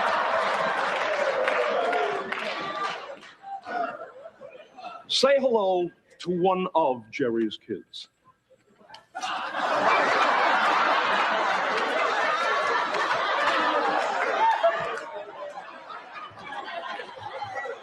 This is Rodney Washington from Compton, California. And this is the dreaded activator that he craves so very desperately. Rodney, tell the people out there what happened to you as a result of your Jerry curl. Well, you know, first it was the in thing to do, man. Everybody had one, you know? Then things started going bad, man. My woman left me, man. Because she got tired of washing them pillow covers, man. Man, I was like a walking fire hazard. At my job at McDonald's, man, I couldn't even go near the heat lamp or roof. It's okay. Let it go. And we make with the Kleenex here.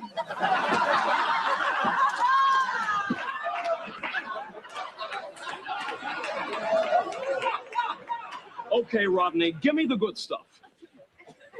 Well, I finally made that call to Jerry Curl.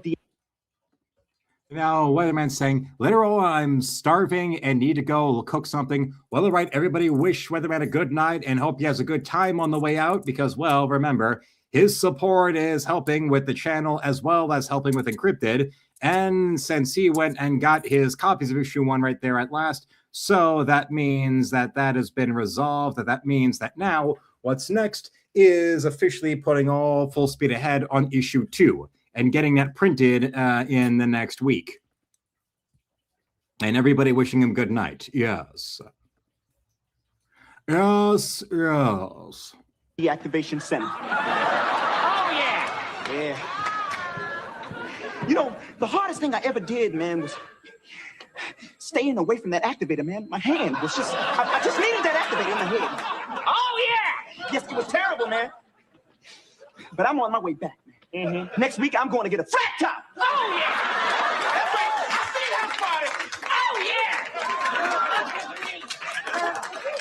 yeah. Epiphany. So you see, there is hope. Won't you please send your donations and your love? Help us fight this Jerry curl syndrome. Is it time for me to say?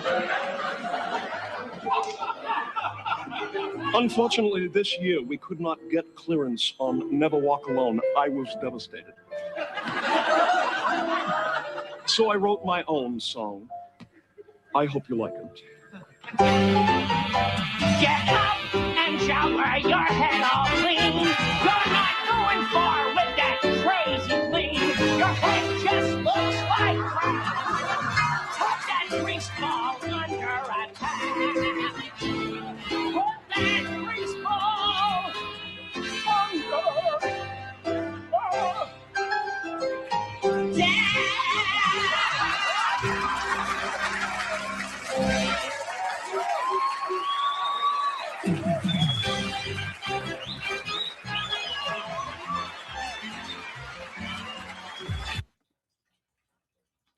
And maybe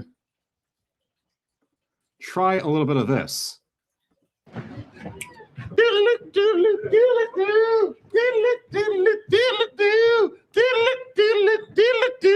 That's right, y'all, because I'm free for you. That's right.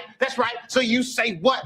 The nigga got goat legs and no nuts. That's okay with me, because that's how I rock on the city to the streets to the motherfucking beat. Bow, bow, bow, bitch, I'm rich. Bow, bow.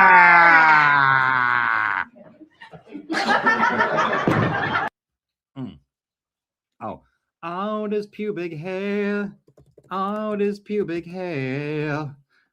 I thought the bye black sheep. Oh no, sweet. Arby's new. Bah. Ah. Has anybody here ever eaten at Arby's? I've never eaten at an Arby's. I've seen them, but I've never been to one. So I'm going to leave it up to my audience to decide yay or nay on Arby's. Today's movie is a special request from Patreon supporter El Corona, the hat which brings doom to all. Interesting name. Anyway, he asked me to review the movie Guyver 2 Dark Hero. And hey, what do you know? I reviewed the first movie last episode. That's convenient.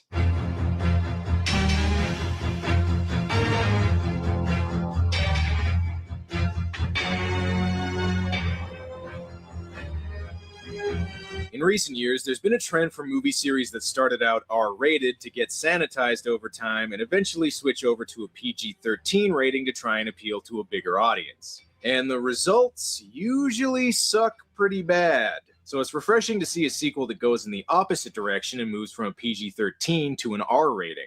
Although, to be honest, I still don't really know why the first movie was rated PG-13. It's tamer than some G-rated movies. Yes. There are G-rated movies out there that have Playboy playmates naked in a lake. Naked, swimming through a pond, and it's G-rated. And remember, there's a G rating for Planet of the Apes, and that shows people getting shot in the throat, people getting lobotomized, sexy cave girls, as well as Charlton Heston's bare ass. I've seen. Steve Wang returned to direct the movie, although Screaming Mad George is nowhere to be found. I guess he was too busy working on Children of the Corn 3. However, the cast for the movie is completely different, so this time main character Sean Barker is played by none other than Solid Snake himself, David Hayter. Fine by me, considering the guy from the first movie had all the charisma of a glass of milk. Almost immediately, the movie wants you to know it's rated R, either that or an episode of Miami Vice. And, well... Speaking of, so RJ's bringing up now, I would only have that haircut if I were asking if Ving Rhames looks like a bitch or saying fictional versions of Bible quotes. And speaking of Ving Rhames, there's that ad. And yes, I have eaten there, says RJ. Arby's is okay. Well, all right. Kim, well, she finds it funny. I rarely eat fast food anymore, but I used to go to Arby's back in the day. We have the meats is a compelling slogan for me. Not great, but better than McDonald's or Burger King. Okay. And if you go, skip the main roast beef and get to the brisket or the chicken or the limited time special. Okay. Now, I actually think that around here, there isn't an Arby's I regularly pass by in the areas I usually go to. Where they are, I'm assuming that there are Arby's around here. I just don't see where they are on a regular basis to memorize. So what are these shifty-looking gentlemen up to? Dolls. The latest technology. It mix cocaine with plastic. You can shape it into anything you like. That makes sense. Barbie already looks like she eats nothing but cocaine. Right now, I'm waiting for the ninjas from Miami Connection to appear. But instead, I'll just settle for the Guyver.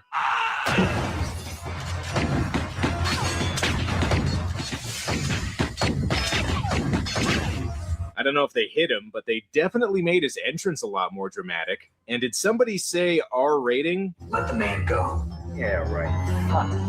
This guy's just mad the Guyver's suit's nicer than his. So what's the Guyver gonna do? Beat him up a little bit while saying some cheesy one-liners?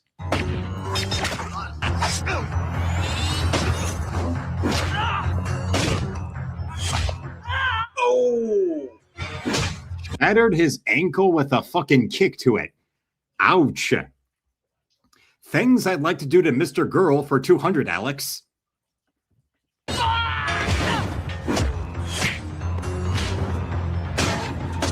Sweet Jesus, even Ben Affleck's Batman would tell this guy to tone it down. Not Michael Keaton Batman, though. That guy didn't give a fuck. He actually smiled when he killed people. He even set a guy on fire using the Batmobile's exhaust. That Batman was a fucking psycho.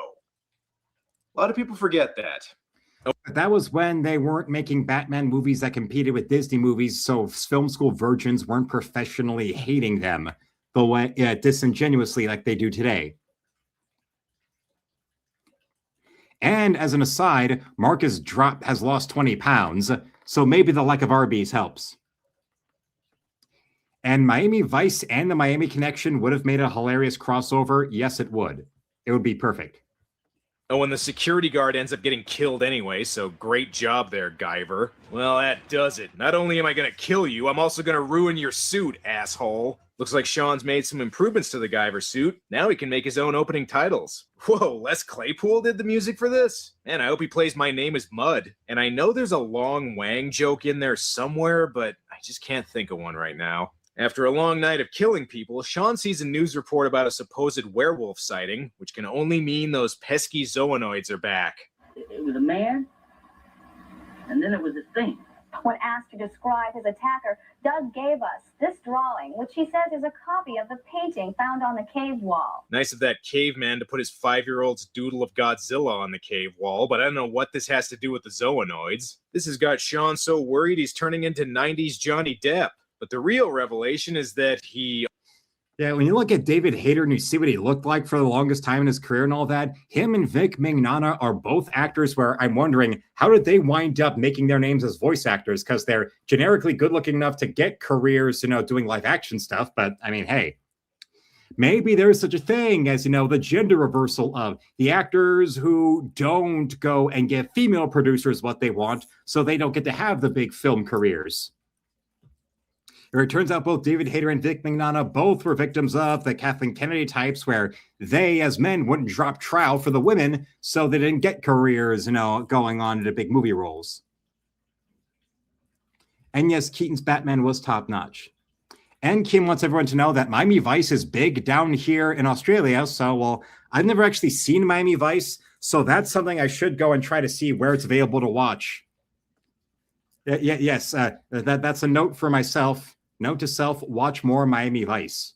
He also can't draw very well. Sean heads to Utah where the attacks occurred to investigate, but something tells me the locals aren't going to be very cooperative. Excuse me, there's an archaeological dig going on near here. Do you know where it is? I have to get to that dig.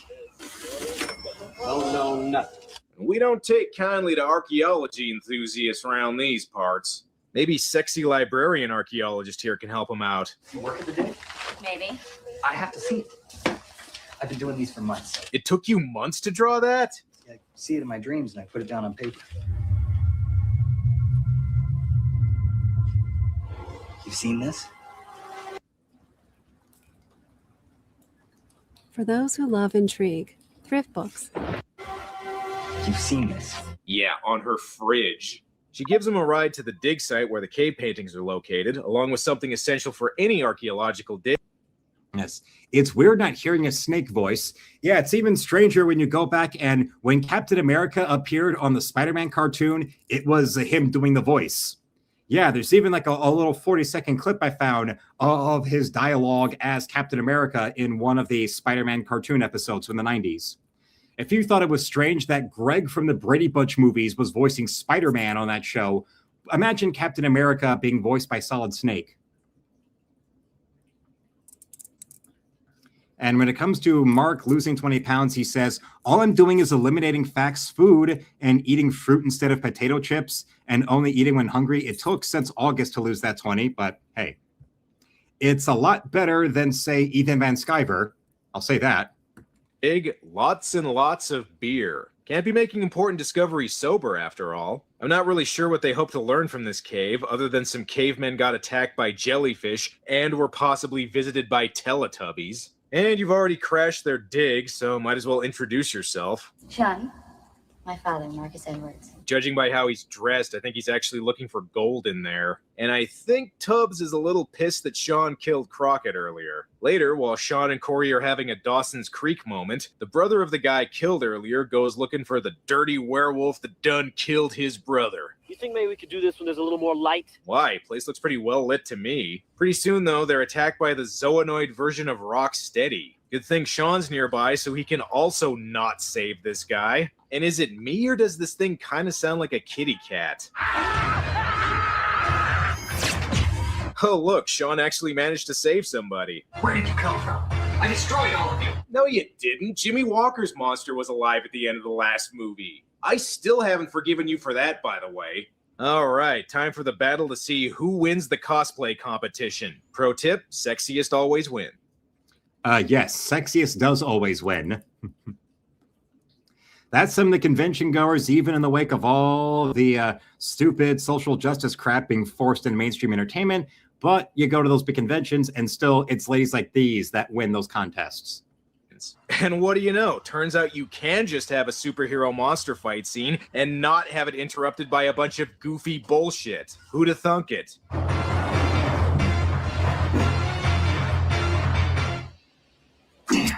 I I suppose I could chase after him, but nah. Shit. Look at him. He's scared crazy. I'm just sorry I didn't get here sooner. Yeah, not as sorry as this guy is. Sean may not have stopped the Zoonoid, but at least his hair still looks awesome. And I think something's up with one of the archaeologists. Just curious, right? Where is the nearest salon? I need to have touch-ups. I'm starting to get split ends. I cannot track down Metal Gear without proper maintenance because I'm not going into combat with split ends. Do you understand me? Ooh. Ah. Yes. That's it. I'm not going. I saw you leave camp in a hurry. I just figured you'd seen the bear again. Now, you and I both know there wasn't any bear. Wait. You're with the government. I knew it! Damn Clinton administration. And hey, don't mind me just pointing a gun at a guy's head. We like to have fun. Meanwhile, in an 80s Apple Mac commercial, turns out the guy heading the dig is actually working for Kronos. Either that or he's playing the Guyver FMV game. Back at the dig site, they uncover a spaceship, which means aliens are responsible for everything, which we already knew. The real revelation, though, is that aliens mastered CGI long before humans did. And good job going in there without any protection. You're now infected with an incurable alien disease. So far, there's been less monster fights in this movie than the first one, but there's also been less rapping, so I'm not going to complain. Sean tries to talk to the ship, but he's just going to find out the aliens from Prometheus are behind everything and be really disappointed. I can't live like this anymore. Not a killer. Oh, really? Because according to the opening scene, you are. Corey finds another Guyver unit, which immediately gets nabbed by the guys working for Kronos. Corey is not going to stand for this. I don't care who they are. They put up the money for this dig when no one else would. If they pull out, the ship is gone. Then tell another company. You found an alien spaceship. I think someone's going to be interested. Guess it doesn't matter. She's caught anyway. Hey, Sean, you want to see something really scary? Looks like Crane's our main bad. Looks more like the Monster Squad version of Creature from the Black Lagoon, doesn't it? Yeah, remember what the Gill Man looked like in the Monster Squad? That was the one that they had to be the most careful with because that was not based on an old book. That was an original Universal movie from the 50s. So copyright and trademark was that one they had to really be specific with dancing around. Bad guy for the movie. He kind of looks like the Creature from the Black Lagoon crossed with the Predator. Anyway, he gives Sean an offer. We can take the Guyver out of you. We can make you normal again. Isn't that what you want?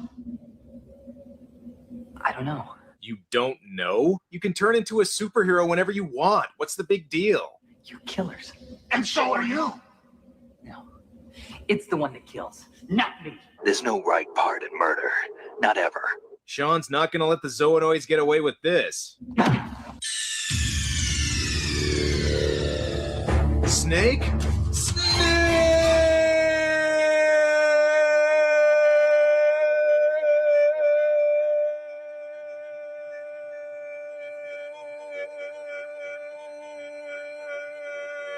Meanwhile, some other Zoonoids are transporting Corey, and I think they just drove into District 9. And why is this thing helping her? I thought the Zoonoids were supposed to be the bad guys. Dad? Dad? Okay, well, now we know your mom had a prawn fetish. Corey's dad takes on the two Zoonoids from the Jeep, and there's something. Yeah, and actually, RJ was about to say the Predator look, yeah, besides the Gill Man. And Mark brings up here, the original Black Lagoon was filmed at Waukulla Springs, just south of Tallahassee. The guy in the suit was on the FSU swim team. Well, hey, back when FSU athletes weren't all just Deion Sanders. And again, why does this one sound like a cat getting its tail pulled? That is a weird sound effect to use for that thing. It's like hearing this. In any case, looks like we got ourselves another fight scene.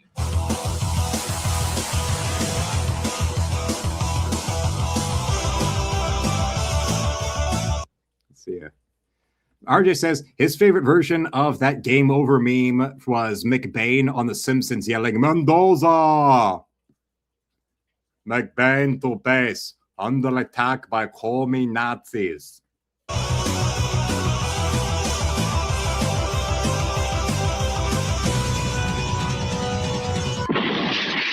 Meanwhile, Sean gets rescued by the government man, although he still can't stop asking him questions. Now listen, about this Guyver unit, what can it do?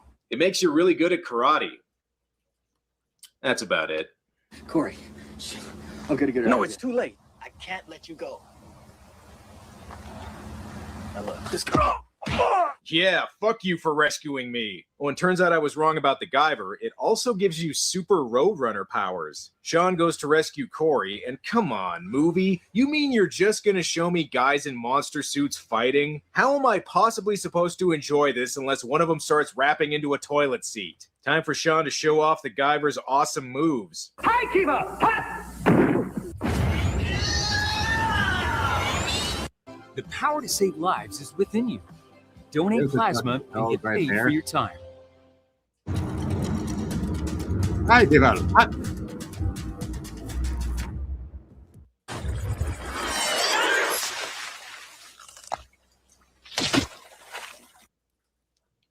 All right, I'll do it.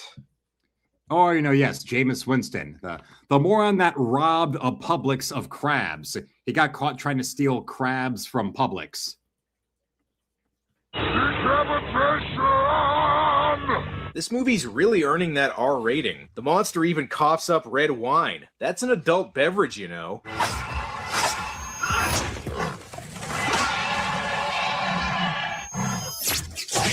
Okay, I get it. You're rated R. Just kill this thing already.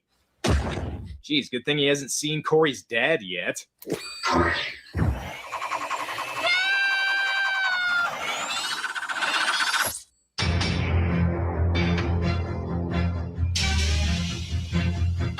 Just kidding. Although in my defense, the movie also does a fake out there. The Kronos men try to take over the dig site, but once again, the government has to get involved in a private business's operation. This is an outrage. We're a reputable company. Reputable companies don't conduct sick experiments on people. Yeah, that's what animals are for. However, the Zoonoids choose not to go quietly. Read you Lima Charlie, Eagle 1.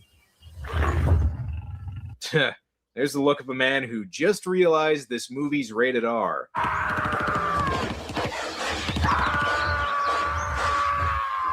But apparently not rated R enough to actually show him die. And who the hell is this anyway? You know, that's only gonna piss him off.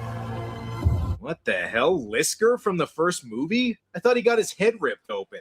Okay, they still haven't brought Jimmy Walker back, and that's what's really important.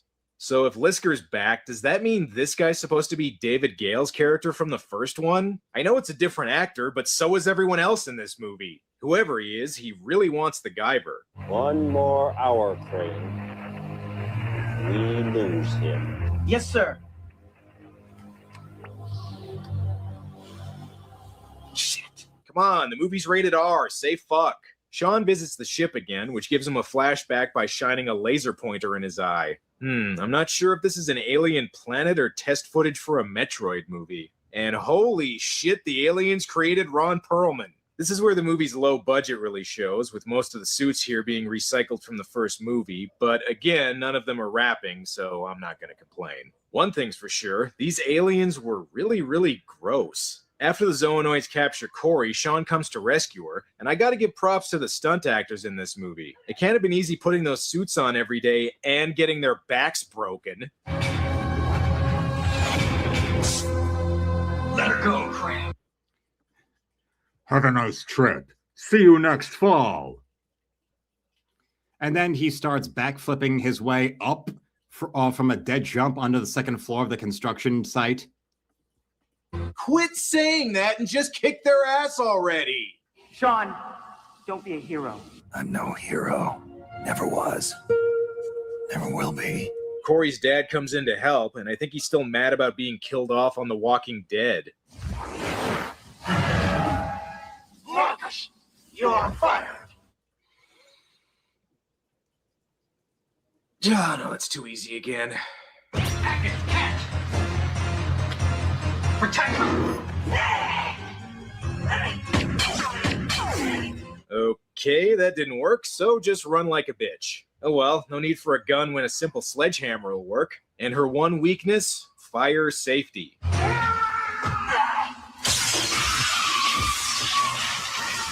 Oh, and electrical hazards, I guess. So what's his badass one-liner gonna be?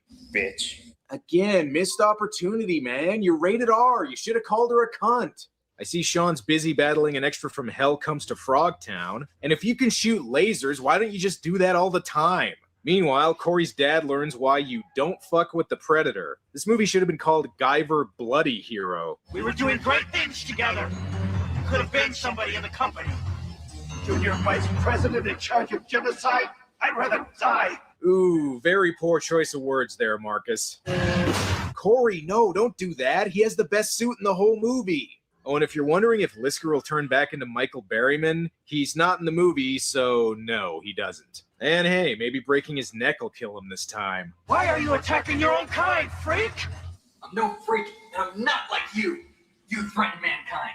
I protect them. Yeah, that is unless, of course, you're selling cocaine. With all the other Zoonoids dead, Crane uses the Guyver unit they found in the ship to turn into, airline neck pillow Guyver? I suppose something like this was inevitable. Heroes and evil twins go together like peanut butter and evil peanut butter, after all. So we get the final battle between Sean and Crane, and I just want to say I'm glad that this movie isn't as silly as the first one. Until he's running on his hands. But then again, considering those final boss fights from Metal Gear games have similarly ridiculous bullshit, it's very on par for David Hayter. Okay, so it's still a little silly. And once again, props to the stunt team on this movie. Crane Guyver's one of the most powerful foes Sean's fought yet, but lucky for him, he memorized all the special attacks in the manual. And even does that flying, rapid kick to the stomach thing that the White Ranger did against that one purple bird in the Power Rangers movie. Yeah, remember that? Him flying across it, rapid kicking like that.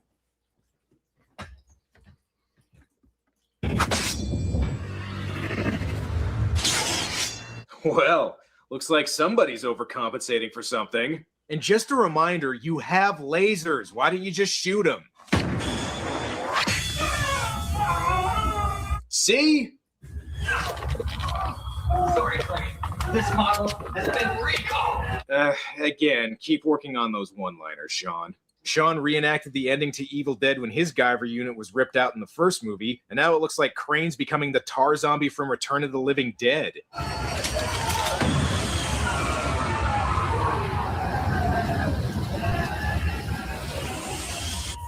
Congratulations, Sean. You just killed a guy who was about to die anyways. Also, why didn't you just do that in the first place? So, looks like you found your destiny. A strong man doesn't need to read the future. He makes his own. With the Zoonoids defeated, Sean decides to activate the ship to prevent it from being discovered. They better hurry up and get out of there. David Hayter still needs to write the first X-Men movie. And with that, the alien testicle returns to its home planet. All in all, looks like things worked out pretty well, aside from Corey's dad dying, which seems to happen a lot to Sean's girlfriends. Wait, we're launching an underground war against Cronus. The government can use your help. Politics are fickle. They change with the times. David Hayter was in the Metal Gear Solid games. Guyver 2 is a rare case where a sequel ends up being better than the original. Not only does it manage to pick a tone and stick with it, unlike the original, but the R rating also gives the fight scenes an added punch that the first didn't have. Entertainment Weekly said the movie kinda comes across like an R-rated episode of Power Rangers, but that's not necessarily a bad thing. One downside is that while the first movie was definitely low budget, it still looked like a theatrical film, whereas this one definitely looks like a direct-to-video release. Some of the monster costumes are still impressive, but there's a lot less of them and they're not as elaborate as in the first movie. It's too bad there isn't a way to combine the tone of this film with the budget of the original, but as it is, Guyver 2 helps make up for some of the mistakes of the first one. With live-action anime movies being popular nowadays, I actually wouldn't mind if someone took another crack at this one, but for now, Guyver 2 is the best live-action version of the character. Well, that's all for now. Until next time. And, well, with that, let's see. RJ brings up, imagine a hero killing enemies, flashing them that way. I think Sydney found a superhero role. Yes, yes, yes. She would be absolutely perfect for just showing her hooters to everybody. I mean, well, with recent issues of Encrypted, including the last one and the one I'm currently doing, both of them involve Miss Anderson finding her way into getting what she wants by randomly dropping trowel and humping men. So yeah, having her either fuck the British Prime Minister or fuck a random security guard in an opera house in Italy. Yes, she has a type. She has a thing. So maybe that's the type of thing that would work well for Sydney Sweeney to play. And this is the last call, ladies and gentlemen, the last call for super chats, the last call for channel memberships, and the last call for donations into my store. And don't forget about pre-ordering issue 2 of Encrypted or ordering your copy of Encrypted issue 1 if you have not gotten your copy already. Get a little look at it right here. And its glory. And yes, we will be bringing a good portion of copies with me for tomorrow at the Dawn of the Collectors, which let me show you the Facebook page right there. At Dawn of the Collectors comic and toy show. They got toys, figurines, Marvel, DC, and Pokemon cards. Let's see if a local self-published ditty will wind up being able to sell there, as I'll be just working that floor. As it goes from 10 to 3, early bird admissions 9 to 10, $10 admission. Regular admission is 2. And let's see, they've got a show coming up here on that's the show tomorrow that's happening up there on Jefferson Avenue. And then their next one's in April. So you've got that, which of course I will be bringing my camera with me and I will be recording being there. The channel members will be the first ones to see what went on at the Dawn of the Collector show tomorrow. So until then, I want to thank you all for watching. Subscribe so the channel will reach 10,000 subs. Become a member today and shop my art store with the second link in the description below, where you can buy my art or commission me or support me with a donation. Besides that, do not forget to go and follow that first link in the description below to my store, where you can buy my art or commission me or support me with a donation, or you can go and get yourself a pre-order to issue 2 of my comic, Encrypted. Yes, a regular copy is 5, an autographed copy is 10, and autographed and sketched in copy is 20. Or you can go and subscribe to the comic, a 1-year subscription for 60, or a 1-year subscription with autographs for 90. So tomorrow I will have shorts at 5 p.m. Eastern, 5:30 and 6. I'll have a new video at 6:30, and I'll be live again at 8. So until then, felines, slam it, lick it, suck it.